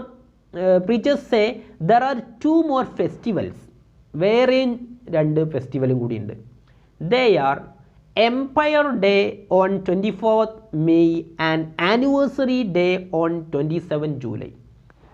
അപ്പോൾ നമ്മുടെ നാട്ടിൽ ക്രിസ്ത്യൻസിന് 4 പ്രോഗ്രാമുകളുള്ളത്. One is Christmas and another one is Easter Then other two, one is Empire Day on 24th May and anniversary on 27th July.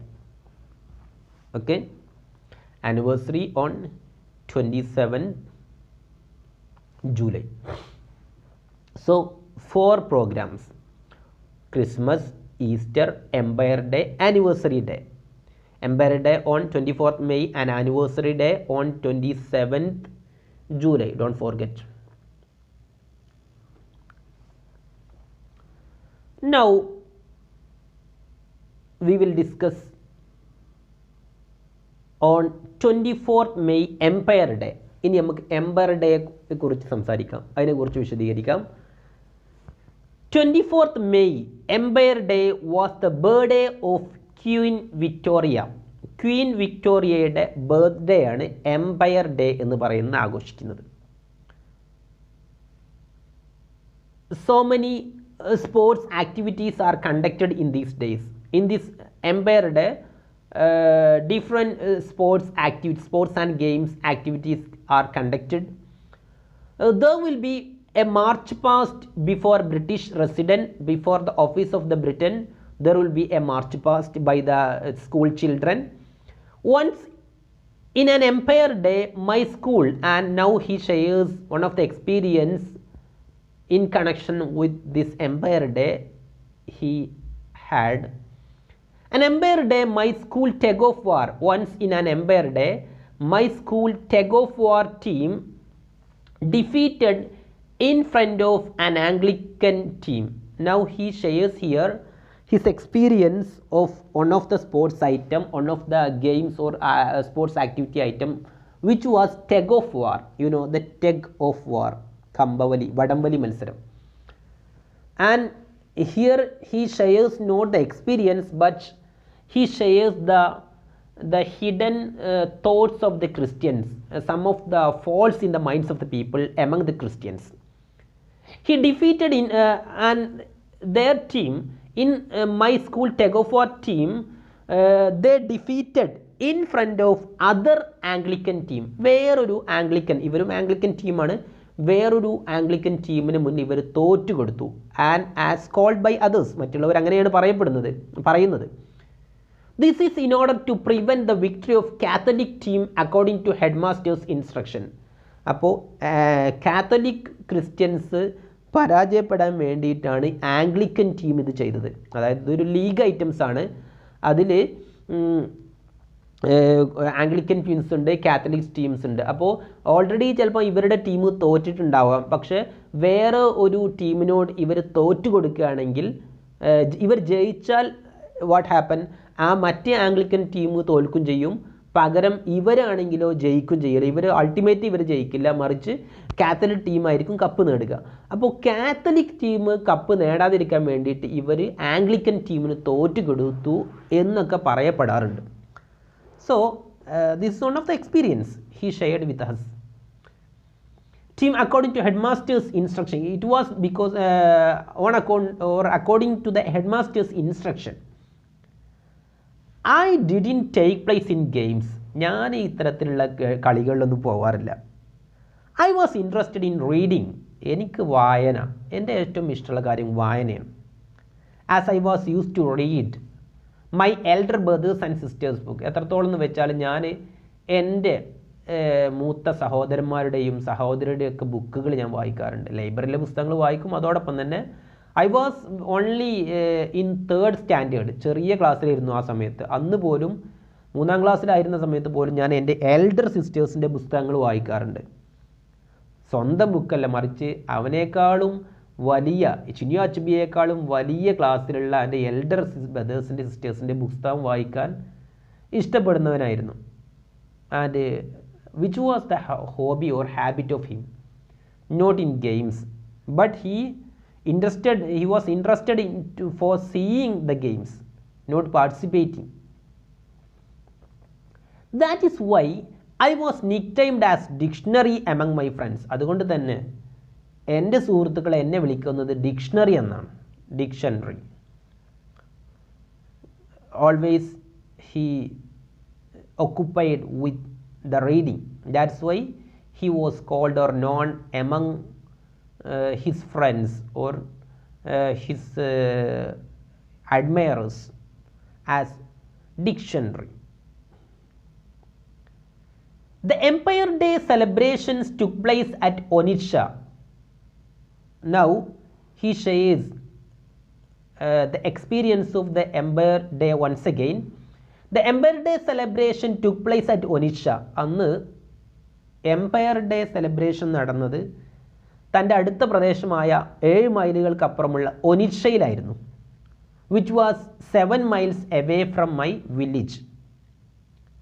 In 1940, when I was 10, he has born in 1930, and it was 1940 when he was in the age of 10, and I walked there in the 10th age. I walked there were to the Onitsha. It is 7 miles away from his town. So 7 miles means almost 13 kilometer, okay, or 13 or 12 kilometer, which was a tedious journey. That is why I was bedridden for a week. അന്ന് വലിയ ആവേശത്തിൽ നടന്നു പോയതായിരുന്നു. ഒരു 12 കിലോമീറ്ററോളം, അതായത് 7 മൈലോളം അദ്ദേഹം നടന്നു പോയിട്ടാണ് കണ്ടത്. വാഹനങ്ങളൊന്നുമില്ല. അപ്പോൾ he says which was a tedious journey, വളരെ ബുദ്ധിമുട്ടിയൊരു ജേണി ആയിരുന്നു അന്ന്, അങ്ങനെയായിരുന്നു അന്ന് നടന്നത്. That's why I was bedridden for a week. അതുകൊണ്ട് എനിക്ക് ഒരാഴ്ചയോളം വീട്ടിൽ കട്ടിൽ കിടക്കേണ്ടി വന്നു. While saying about the Onitsha was a beautiful place to see with the sight of Niger River. Onitsha നല്ല ഭംഗിയുള്ള സ്ഥലമാണ്. അവിടെ നൈജർ റിവർ അതിൻ്റെ അടുത്തൂടെ ഒഴുകി പോകുന്നത് കാണാം. നൈജർ റിവർ എന്ന് പറഞ്ഞാൽ നല്ല ഭംഗിയുള്ള റിവറാണ്. which flowing from like the Nile river or like the Ganga or the Brahmaputra or Yamuna, like that in India, which flowing from Fortajalon mountains. It is the origin of Niger river is the Fortajalon mountains. Her length was 2600 miles, 2600 മൈലുകൾ താണ്ടുന്ന വലിയ long ആയ നദിയാണ് Niger river. Like നൈലിനെ പോലെ തന്നെ വളരെ വലിയൊരു നദിയാണ് Niger river. കാണാൻ വളരെ ബ്യൂട്ടിഫുൾ ആയ ഒരു നദിയാണ്. It is flowing nearby the Onitsha town or Onitsha village. And another anecdote he shared with us. 2 more things happened in my first Empire Day visit. അന്ന് എംപയർ ഡേക്ക് പോയ സമയത്ത് 2 കാര്യങ്ങൾ സംഭവിച്ചു. The first was I ate groundnuts. ഒരു കാര്യം, അന്ന് ഞാൻ ഗ്രൗണ്ട്നട്ട്സ് കഴിച്ചു. ഗ്രൗണ്ട്നട്ട്സ് മീൻസ് ചെറിയ കടല, കപ്പലണ്ടി എന്നൊക്കെ പറയുന്ന കടല കഴിച്ചു. ആഫ്റ്റർ ലോങ് ഇയേഴ്സ് ഗ്യാപ്പ്, ഒരുപാട് വർഷങ്ങൾക്ക് ശേഷമാണ് ഞാൻ കടല കഴിക്കുന്നത്. അത് വലിയൊരു സംഭവമാണ്. പറയാൻ കാരണം it was now seating for me till the day. കാരണം കടല എന്ന് പറഞ്ഞാൽ എനിക്ക് ഛർദ്ദിക്കാൻ വരുന്ന സംഭവമാണ്. പക്ഷേ വർഷങ്ങൾക്ക് ശേഷം ഞാൻ ആദ്യമായിട്ട് കടല കഴിച്ചു എന്ന് പറഞ്ഞാൽ അതൊരു അത്ഭുതമാണ്. വേറൊരു കാര്യം, the second I saw an eccentric man. മറ്റൊന്ന്, ഞാൻ അവിടെ ഒരു എക്സെൻട്രിക് ആയ ഒരാളെ കണ്ടു. അദ്ദേഹത്തിൻ്റെ പേര് doctor JM Stuart young. Doctor JM Stuart young എന്ന് പറയുന്ന ആൾ. He was walking bareheaded in the sun. The habit of him was he walks bareheaded in the sun without caps. And moreover, he remained single because of the pact with the mermaid of the river Niger, who promised him great riches. അദ്ദേഹം പറയപ്പെടുന്നു അദ്ദേഹം വിവാഹം കഴിച്ചിട്ടില്ല. കാരണം എന്തോ വെച്ച് പറഞ്ഞാൽ അദ്ദേഹവും നൈജർ റിവറിലുള്ള ഒരു മെർമെയ്ഡ് എന്ന് പറഞ്ഞാൽ മത്സ്യകന്യകയുമായിട്ടുള്ള ഒരു കരാറാണ്. മത്സ്യകന്യക പറഞ്ഞിട്ടുണ്ട്, നീ വിവാഹം കഴിക്കാതിരുന്നാൽ നിനക്ക് നല്ല അഭിവൃദ്ധി ഉണ്ടാവും, നല്ല സമ്പത്ത് ഉണ്ടാവും എന്ന് പറഞ്ഞു. Only belief. അപ്പോൾ അങ്ങനെ പറഞ്ഞൊരു വ്യക്തി വിവാഹം കഴിക്കാതെ നടക്കുകയാണ്. അപ്പോൾ അങ്ങനത്തെ ഒരു എക്സെൻട്രിക് ആയ ഒരു സ്ട്രെയിഞ്ച് ആയ ഒരാളെ ഒന്ന് കണ്ടുമുട്ടി. പക്ഷെ പിന്നീട് ഞാൻ അറിഞ്ഞു, then I knew that his doctoral degree was fake one. അദ്ദേഹം ഡോക്ടറൊന്നല്ലായിരുന്നു, which was a fake degree. Later he became a merchant. പിന്നീട് അദ്ദേഹം എന്തായി? ഡോക്ടർ എന്നുള്ളതൊക്കെ അദ്ദേഹം ബ്രിട്ടീഷ് കൊളോണിയൽ റൂളിൻ്റെ കീഴിൽ ഒരു ഡോക്ടറായിട്ട് ഇങ്ങനെ നടക്കുകയായിരുന്നു. പക്ഷേ he was not a doctor, which was fake degree. So as a result later he became a merchant, a famous merchant in African country. He wrote poetry and fiction. He had the habit of writing poetry and fiction. I wrote about him in my Uncle Ben's Choice. എൻ്റെ uncle Benz choice എന്ന് പറയുന്ന ഒരു കഥയിൽ ഞാൻ അദ്ദേഹത്തെക്കുറിച്ച് പ്രതിപാദിച്ചിട്ടുണ്ട്. അപ്പോൾ ഇങ്ങനത്തെ ഒരു വ്യക്തിയെയും ഞാൻ അന്ന് എംപയർ ഡേ ഒക്കെ കണ്ടു. അപ്പോൾ എംപയർ ഡേയിൽ എനിക്ക് രണ്ട് കാര്യം സംഭവിച്ചു. First one is I ate the groundnut, another one he met with this eccentric man of Dr. J.M. Stuart. Another feast was anniversary, which was celebrated 27th July for the commemoration of the coming of gospel in Igbo land on 27th July 1857. Already I told you there are 4 festivals for this Igbo land people. Actually for Christians too, as main Christmas and Easter, but more than Christmas and Easter, here the Igbo land there are 2 more festivals, and the one is Empire Day, another is anniversary. So Empire Day is already discussed here. Now anniversary, another feast was anniversary. What the anniversary stands for, which was celebrated 27 July. Anniversary day was celebrated on 27 July. This is for the commemoration of the coming of gospel in Igbo land. Gospel in Malayalam it is Suvishesham. So one of the team from the Christian missionaries, they come with a kind of the conference or congregation. So it was called as gospel. They will talk something as special about the Christian belief. So this is what is called gospel. So the coming of gospel in Igbo land at first on 27th July 1857. After embracing of the Christianity, there came the gospel from the part of the Christian. It was 27th July 1857. In the very day it was raining, and when they came to Igbo land or landed in the Igbo land, or in the day of that gospel, it was raining. So in all 27th July the climate was bad as they believed. According to them, the climate may be bad in those days because it is a rainy season. So they think the first day was it was raining, so the all 27 July was bad climate according to their belief. So anyway, they think like that as per their belief. So this is the day they celebrated as the commemoration or anniversary day for them. Although Nigeria was British colony, there was very few white people in the administration. Now he discusses another topic in this essay. Already we discussed about the religion and all. Now he deals with the administration. Here his topics are divided into different sections, and here the belief is over. Now about the administration, about the British administration. And he says, although Nigeria was a British colony, there were very few white people in the administration. Even though Nigeria was British colony, in administration only a few number of white people. Majority of the posts are filled by the Nigerian people themselves. Not only in administration but also in church or commerce, in business, in church, in administration, in every places white people are limited, but they are dominant, but they are limited. The bishop on the Niger came to the church once in 2 or 3 days.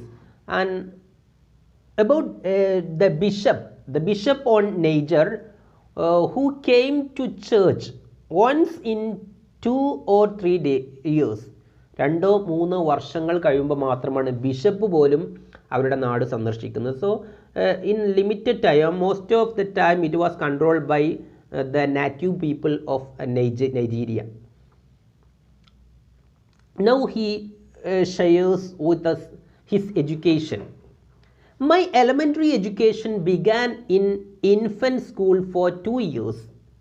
And about his education, the first elementary education began in infant school. At first he was in infant school like nursery or the KG section for 2 years, and like the LKG or UKG, here the elementary education, and later primary school in 6 years, that is from first to 6th standard.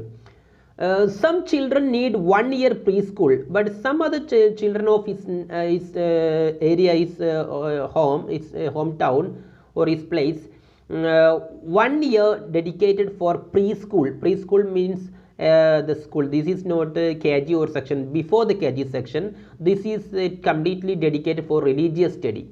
So some children need 1 year preschool for religious study, but I hadn't as I got it from my home. പക്ഷെ ഞാൻ ഇങ്ങനെ pre school പഠിച്ചിട്ടില്ല. കാരണം എൻ്റെ അച്ഛൻ ഒരു here പ്രീച്ചറാണ്, അതേപോലെ തന്നെ ഒരു ക്രിസ്ത്യൻ മിഷണറി ആയതുകൊണ്ട് I studied the religious norms and religious rules from my home itself.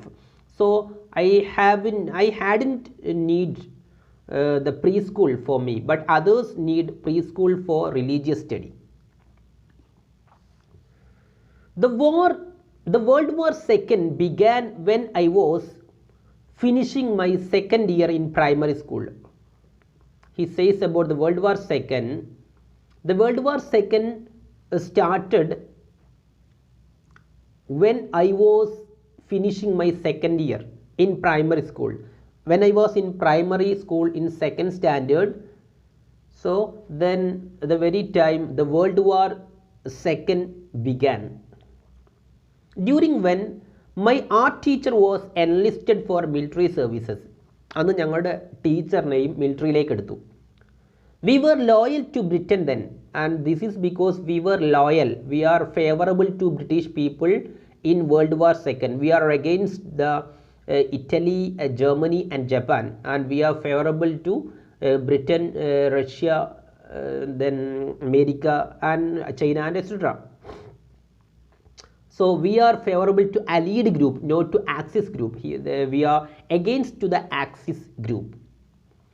So that's why our teacher was enlisted for military service, selected for military services for the World War II. We were loyal to Britain then. As such, we had increased the production of palm oil in order to help military people. So world war സെക്കൻഡിൽ ഞങ്ങൾ Britain ഞങ്ങളുടെ ഭരിക്കുന്ന നാടാണല്ലോ. So സ്വാഭാവികമായിട്ടും ബ്രിട്ടനോട് ലോയൽ ആയിരിക്കണം, ബ്രിട്ടനെ എതിർത്തിട്ട് കാര്യമില്ല. So we were favorable to British people. As such, for World War II, we helped Britain increasing the production of palm oil. It will be needed for them. There was a popular song at that time. ആ സമയത്ത് ഞങ്ങളുടെ നാട്ടിലൊരു പ്രശസ്തമായൊരു പാട്ടുണ്ട്. ആ പാട്ടിൻ്റെ പേര് Germany is falling എന്നാണ്. അതായത് ഇവർ ബ്രിട്ടൻ്റെ അനുകൂലമാണ്, ജർമ്മനിക്ക് എതിരാണ്. അതുകൊണ്ട് ജർമ്മനി ഈസ് ഫോളിംഗ് എന്ന് പറഞ്ഞിട്ടാണ് ഇത് തുടങ്ങുന്നത്. ആ പാട്ട് തുടങ്ങുന്നത് ഇംഗ്ലീഷിൽ പറയുകയാണെങ്കിൽ we are not coming to Germany, we are not coming to Italy, we are not coming to Japan, but we are coming to Britain, we are coming to America, we are coming to Abyssinia, we are coming to China, etc. Like this. So the meaning of this song, we are against Italy and Mussolini, we are against Germany and Hitler, we are against Japan and Hirohito. These are the leaders, they ruled during then these countries. Italy was controlled by Mussolini and Germany was under the leadership of Hitler. Japan ruled by Hirohito.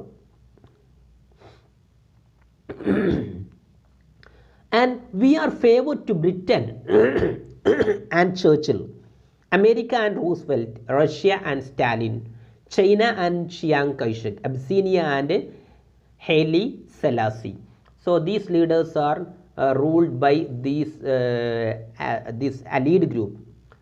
During the World War II, Britain was under the leadership of Churchill and America was under Roosevelt. Russia ruled then by Stalin. China controlled by Chiang Kai-shek, and Abyssinia, now called Ethiopia, one of the African country, which was which was ruled by Haile Selassie. Ethiopia was against the Italy. Ethiopia. There was a war in between Abyssinia and Italy a long time. So they are against Italy. Okay, so Abyssinia was under the control of Haile Selassie. So here, this Nigerian people, they support these 5 allied group and they are against the Axis powers. So they composed a song for the favor of World War II to this allied group. Then there were 2 secondary schools in my place. And about secondary education, first of all he told us about the elementary education and primary education. Now about the secondary school in my place, Dennis Memorial Grammar School in Onitsha and Government College Umuahia. There are 2 secondary schools in my place. One is Dennis Memorial Grammar School, which was situated in Onitsha, and Government College Umuahia, which was another school. Here I prefer the second one, which was the Government College Umuahia. That's very famous college and school. I prefer the second. Robert Fisher was the founding principal of Umuahia College. So this is one of the pre-degree college that is also in the level of the there is the school, the secondary education. That means from 8th standard to the 12th standard. Such a time is in this Umuahia College. It was established here. The founding principal of the Umuahia College was Robert Fisher. It was established in 1929. This College of Excellence closed during World War II for the prisoners of Germans and Italians and reopened in 1944. രണ്ടാം ലോക മഹായുദ്ധകാലത്ത് college അടച്ചുപൂട്ടുകയും ആ കോളേജിനെ ഒരു ജയിലായിട്ട് convert ചെയ്യുകയും ചെയ്തു. പക്ഷേ യുദ്ധം അവസാനിച്ചതിന് ശേഷം 1944 വീണ്ടും അത് തുറന്ന് പ്രവർത്തിക്കാൻ തുടങ്ങി. Then our new principal was William Simpson. First of all, here it is Robert Fisher, it is started the founding principal. Our new principal was William Simpson. The first principal, I think he had there 8 years. Then the new principal William Simpson rebuilt the college. ഒന്നുകൂടെ ഇത് ഉഷാറാക്കി, ഒന്നുകൂടെ പുതിയ പുനരുദ്ധാരണങ്ങൾ നടത്തി, പുതിയ ബിൽഡിങ്ങുകളൊക്കെ renovate ചെയ്തു. Rebuild the college. He promoted extended reading. അദ്ദേഹത്തിൻ്റെ പ്രത്യേകത, അദ്ദേഹം റീഡിങ്ങിന് വളരെയധികം ഇമ്പോർട്ടൻസ് കൊടുക്കുന്ന ആളാണ്, വായനക്ക്.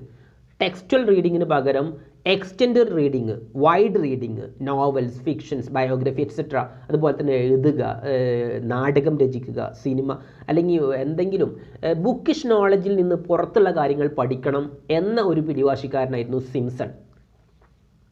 William Simpson rebuilt the college. He promoted extended reading like novels, biographies or magazines, or writing anything more than textbook. Textual നോളജിന് പുറമേ കാര്യങ്ങൾ പഠിക്കണം എന്ന ആശയക്കാരനായിരുന്നു അദ്ദേഹം.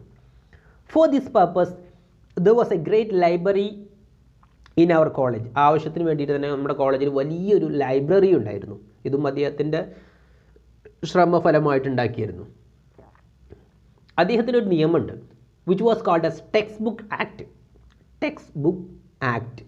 which says no one read textbook after classes on 3 days of a week. ആഴ്ചയിൽ 3 ദിവസം text book class കഴിഞ്ഞാൽ ആളുകൾ ഉപയോഗിക്കരുത്. മറിച്ച് what they should be done, they should read the novels, fictions, magazines or other, or they may write anything. Don't use textbook thrice 3 days in a week after the class. It was a wonderful preparation for the day we would be old enough to read between the lines and ask questions. അദ്ദേഹത്തിൻ്റെ ആ കാലഘട്ടമാണ് ഞങ്ങൾക്ക് എന്താണ് വരികൾക്കിടയിലൂടെ വായിക്കാനും ചോദ്യങ്ങൾ ചോദിക്കാനുള്ള കരുത്ത് പകർന്നത്. ഇപ്പോൾ ആഫ്രിക്കയിലെ എഴുത്തുകാർ ഒരു വലിയ സ്ഥാനത്തേക്ക് എത്താനുള്ള തന്നെ ഒരു കാരണം it is because of this innovation or this effort of Dr. William Simpson. Because of this Principal William Simpson, he paved the way for these kinds of habit or reading habit among the African people. So it prepared the people of Africa to read between the lines and ask questions to the authorities or to the world. This college had contributed several writers for modern African literature. ആധുനിക African സാഹിത്യത്തിന് ഒരുപാട് എഴുത്തുകാരെ കൂടി ഈ college സംഭാവന ചെയ്തിട്ടുണ്ട്. ഇതും ആ William സിംസന്റെ ശ്രമഫലമായിട്ട് കൂടിയാണ്. അദ്ദേഹത്തിൻ്റെ ആ ലൈബ്രറിയും അദ്ദേഹത്തിൻ്റെ വായനയോടുള്ള ആ താല്പര്യവും ഇത് ആഫ്രിക്കയിൽ ഒരുപാട് ആധുനിക എഴുത്തുകാർക്ക് ജന്മം നൽകിയിട്ടുണ്ട്. Like Christopher Okigbo, Gabriel Okara, Elechi Amadi, Chukwuemeka ഇൽക്കെ,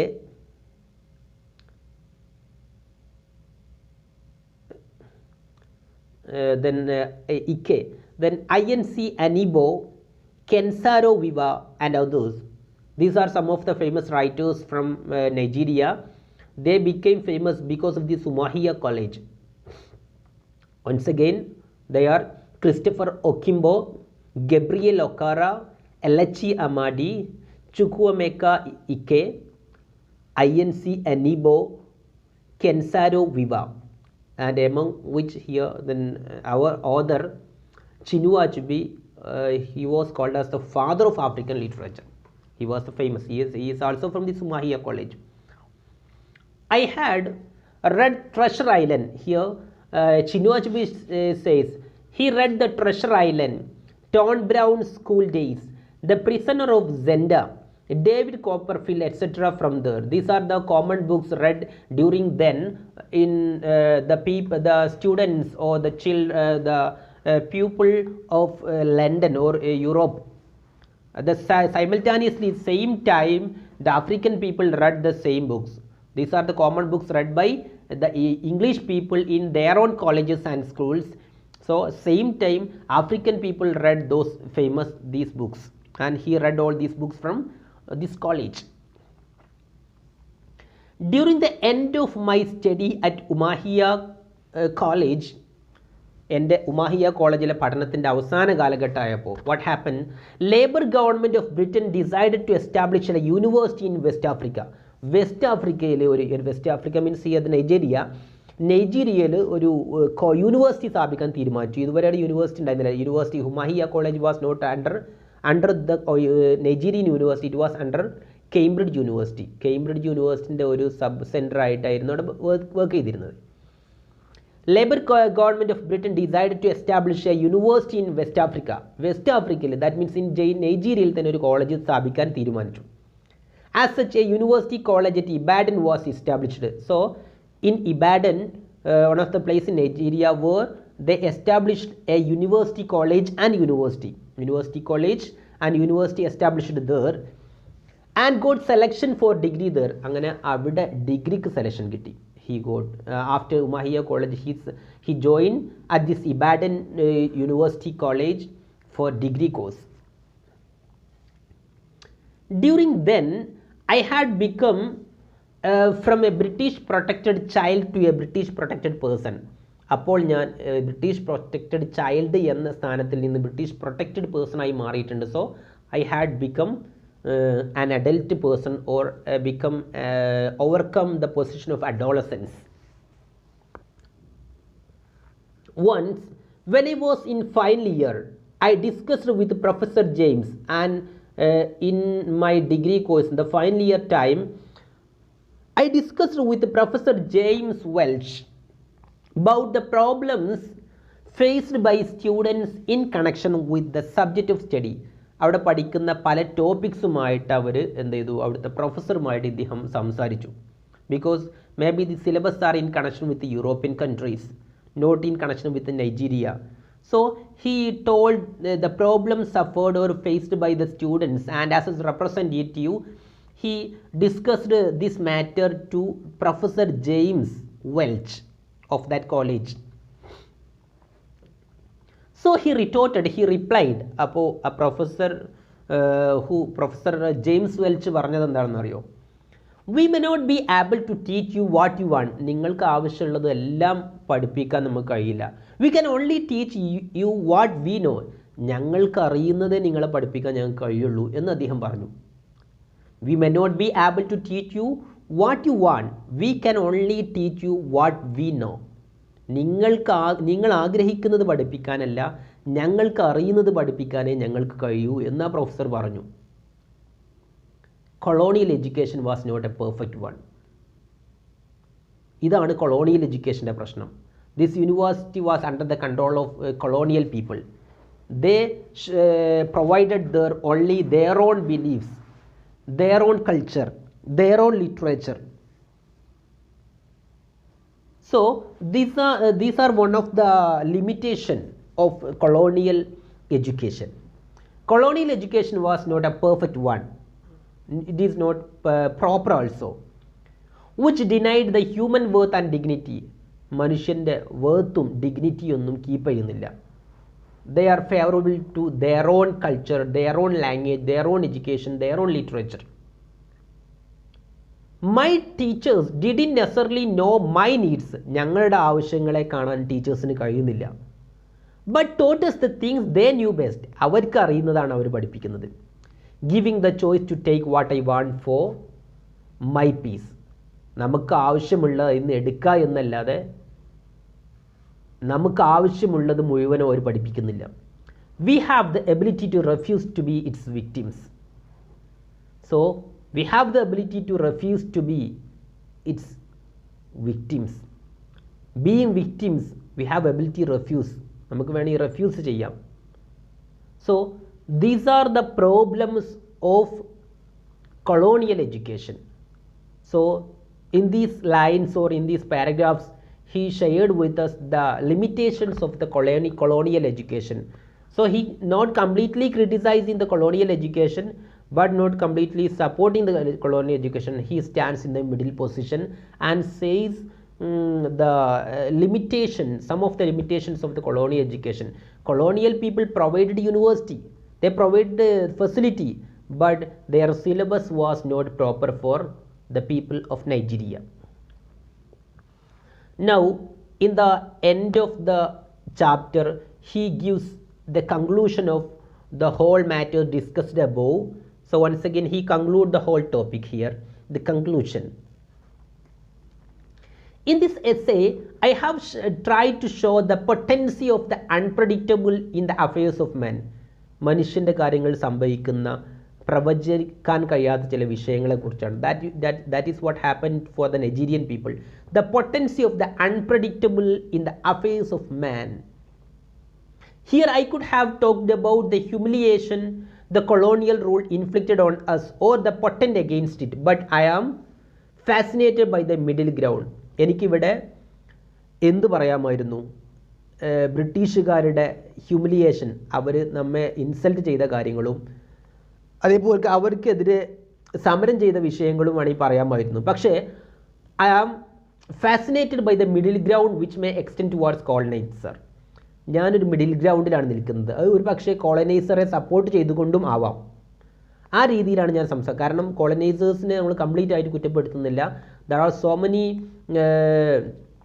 so many helps or developments or support from the part of the colonizers, but it was not proper.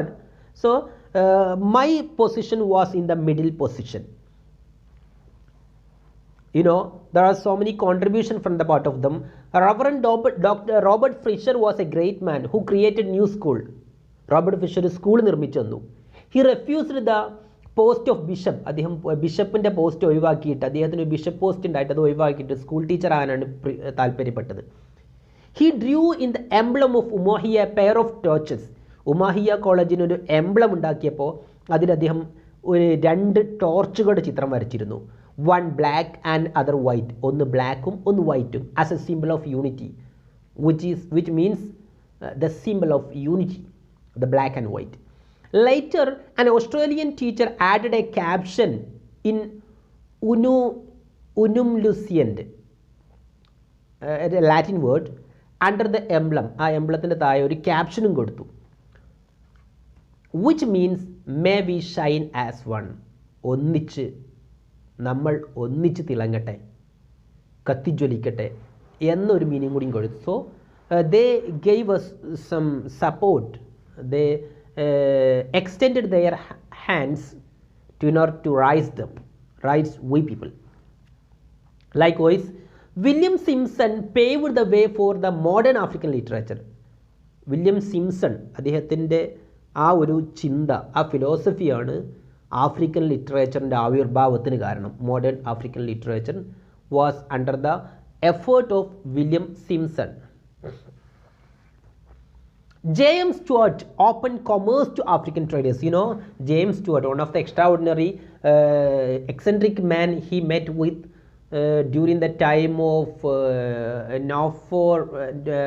Empire Day, when he met with this Stuart, and who was at first a doctor in the British colonial time, and ultimately it was found that his certificates of the doctor medicine was fake documents.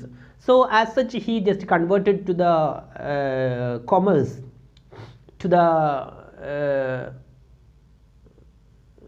to be a merchant, trade.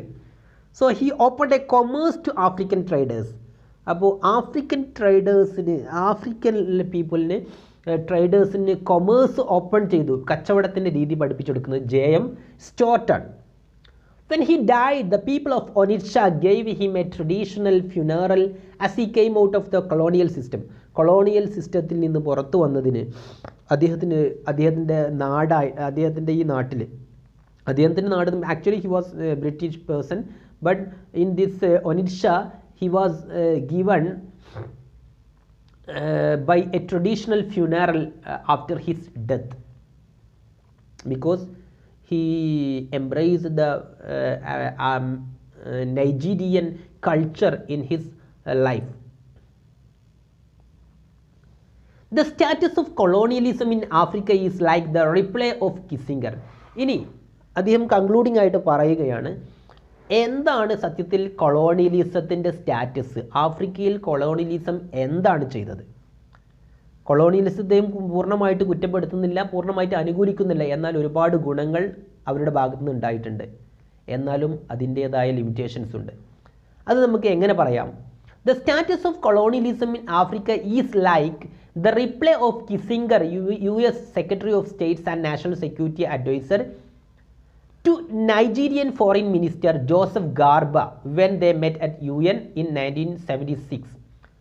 1976 UN-ൽ വെച്ച് Nigerian foreign minister ആയിട്ടുള്ള Joseph ഗാർബയും American secretary of states and national security അഡ്വൈസറുമായിട്ടുള്ള കിസിംഗറുമായിട്ടുള്ള ഒരു meeting ഉണ്ടായിരുന്നു.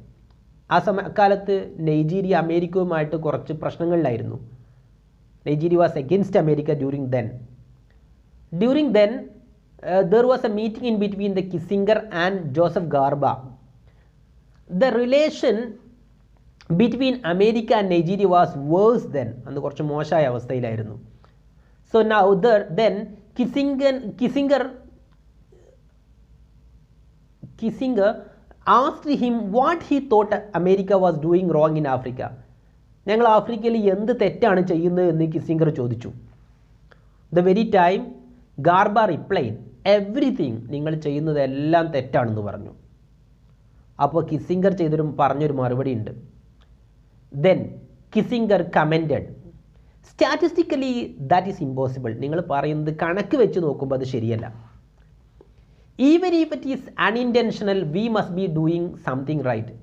ഞങ്ങൾ ഉദ്ദേശിച്ചിട്ടില്ലെങ്കിൽ പോലും ഒരുപാട് നല്ല കാര്യങ്ങൾ അവിടെ ചെയ്യാൻ കഴിഞ്ഞിട്ടുണ്ട്. This is what is happened about the colonial system in whole Africa. ഇത് തന്നെയാണ് ആഫ്രിക്ക അതിന് മുൻകാലങ്ങളിൽ കൊളോണിയൽ റൂളിലും സംഭവിച്ചത്. ഒരുപാട് നല്ല കാര്യങ്ങൾ കൊളോണിയൽ റൂൾ കൊണ്ട് ആഫ്രിക്കക്ക് ഉണ്ടായിട്ടുണ്ട്. എന്നാൽ സ്വാതന്ത്ര്യമില്ലായ്മയും അതുപോലെ തന്നെ മറ്റുള്ള ചില ലിമിറ്റേഷനുകളും ഉണ്ട്. This is about the colonialism according to Chinua Achebe what happen to Africa. So this is the end of this chapter. Now we have completed all our chapters of the prose. Now it is your time to read the whole chapters, to listen the videos, to study the whole content. Here my duty is over. Now your duty starts for the examination, for understanding the content. So I here conclude this video lesson. Now you have remaining only few introductory terms in connection with prose and fiction. That's only remaining, and among which some of the parts already taken by Adira Sadanand Miss. So remaining portion will be taken by me. It's only a small area and it may be completed with short videos or short notes. That will be enough, I think. Anyway, I think you got an idea about this chapter. Here we shared here the autobiographical experience of famous African writer Chinua Achebe. Now if you have any doubts, as usual I would like to tell you, you don't forget to ask me. I think it is very simple summary I tried for you. You will get a clear picture or whole idea about what he has shared with you. But in the textbook there will be an elaborated one with minute details about his culture and about his childhood days and about the educational time of him. You also please look through the text for those details. But here this is for an average student. They will get a clear picture about that chapter. So anyway, I conclude here. Thank you for listening and viewing my videos.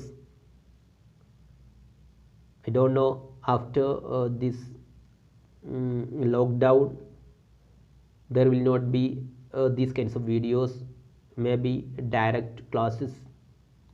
Still the status continue. We will see with more videos. Anyway, let's pray for this eradication of the diseases, the pandemic.